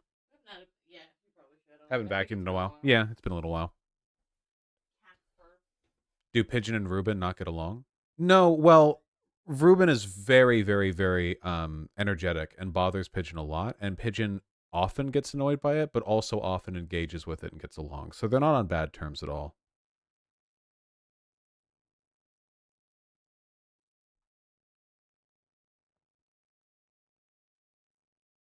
What about the fat man? Ruben and Artemy will wrestle pretty often. Actually, Artemy is really, really good about it. Ruben will like do the full thing where like he flops onto his back and uses his all of his paws to like claw at Artemy or whatever. And Artemy will actually exercise restraint and not just, you know, fucking kill him. He'll just sort of like bump like that, you know, like he won't like full on like tackle him or whatever. Going pretty well. Babies are getting along. All right. No, Lumberjack Ant. My cats have not tried to assassinate me by dropping from the ceiling. However, while driving around the other day in my car, a spider did start dangling from a web from the sun blinder right in front of me, and was hanging like right in front of me, and that sucked. So I wasn't happy about that. That made me unhappy. Did you crash? Thankfully, I was near my destination, so I was able to make it there and kill the spider. All right. I love you all very much. Wish me some luck for getting better sleep tomorrow, because last night was actually rough, like genuinely rough. Oh, there was one other bit of good news that I wanted to share. I don't remember if I shared it, but I successfully learned how to line dry and clean my nice button ups.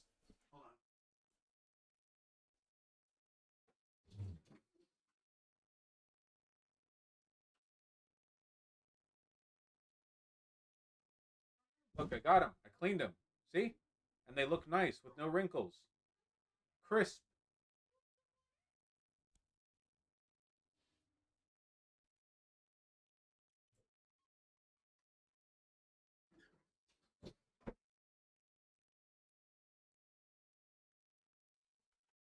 Where'd you go? To my washer and dryer.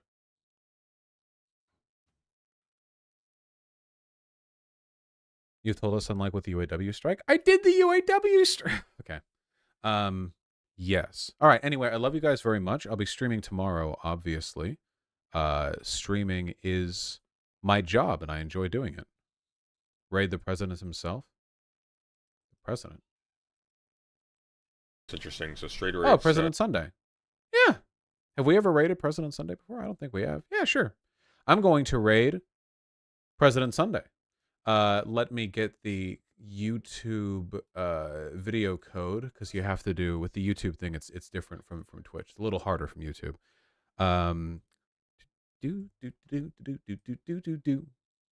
He's awesome and based. He's a friend of the stream, certainly.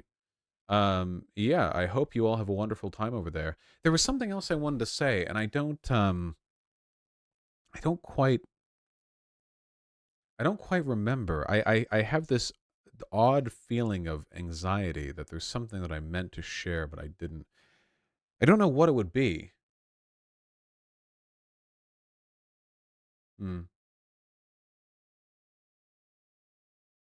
I don't think it's anything serious. If it was something serious, I would remember. Maybe it's just a product of sleeping poorly. No, yeah, well, I'm going to VidCon, of course. Do you, Tempest? If you do, I don't. I think, you know, sleeping poorly can really mess with your brain. I feel you wake up with all of these. I think people tend to have a pretty strong impression of the security of their thoughts, I guess, like the consistency of their brain and its processes. But if you ever wake up from a really bad sleep, sometimes you just have a bunch of like half memories and fake memories floating around, and it can take some actual thought to sort them out, which is really weird. You wake me and you're like, wait, hold on. What is the actual day that it is? Okay. So what is the actual thing that's happening right now? Oh yeah, no, I don't live in that old house anymore. I live in this house. Like, and that can persist for a while. Yeah, last night was very, very bad sleep. So, you know, it's just that. That's what I get for eating greasy food in the AM. I've been watching Baki with Kanye, and it's very stupid. So stupid. The show Baki, so it's the second show of the three, is so incompetently written that it almost feels AI generated. The dialogue and the structure of the plot and what happens and in what order it is so incoherent that it actually like defies literary analysis. It's incredible. But I do like this one character called Oliver. I like him quite a lot. This is just how Baki draws. This is just how people are drawn in Baki, okay? I like him quite a lot. He is and it's very rare to hear a detail like this, by the way, in a Japanese production. He is a Cuban American. He's black and has a pencil-thin mustache, and he's perfect in every way. Like, I kind of mean that. He shrugs off shotgun shots. Here's him in the anime. And he's like super competent and smart and so on. And rarely for a show that draws people so ridiculously, they do not draw him racist at all. I mean, he's a huge black dude, but there's like tons of huge guys in the show. Like, he actually seems to be really cool and admirable. Nothing that he does suggests, like, there's no stereotyping. Except, hold on.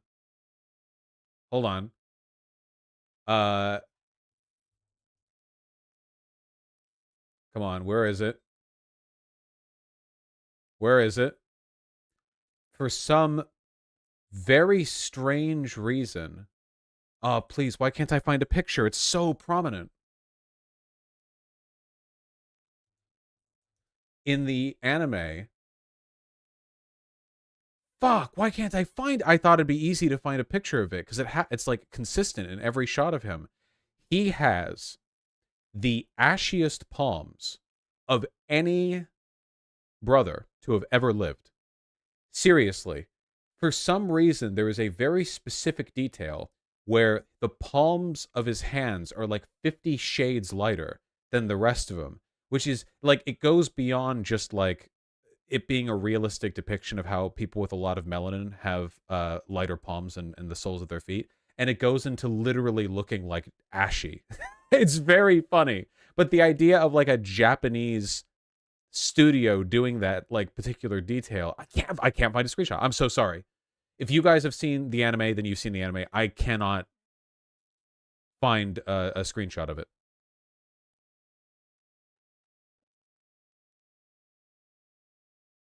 Here?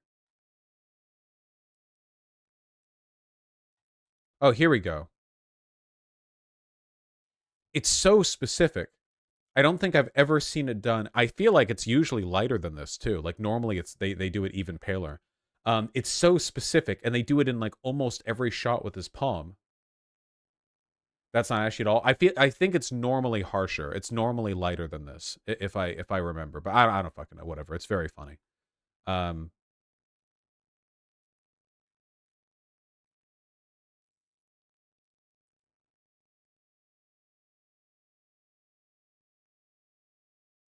That's not what ashy means. Wait, isn't the ashy palms joke like if you don't use moisturizer? Wait, hold on. Let me just make sure I'm not being racist. 1 second.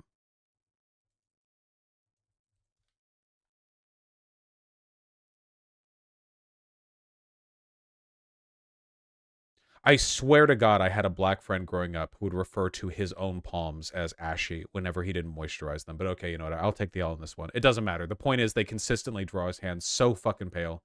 Whatever. Hey, no spoilers. What the fuck?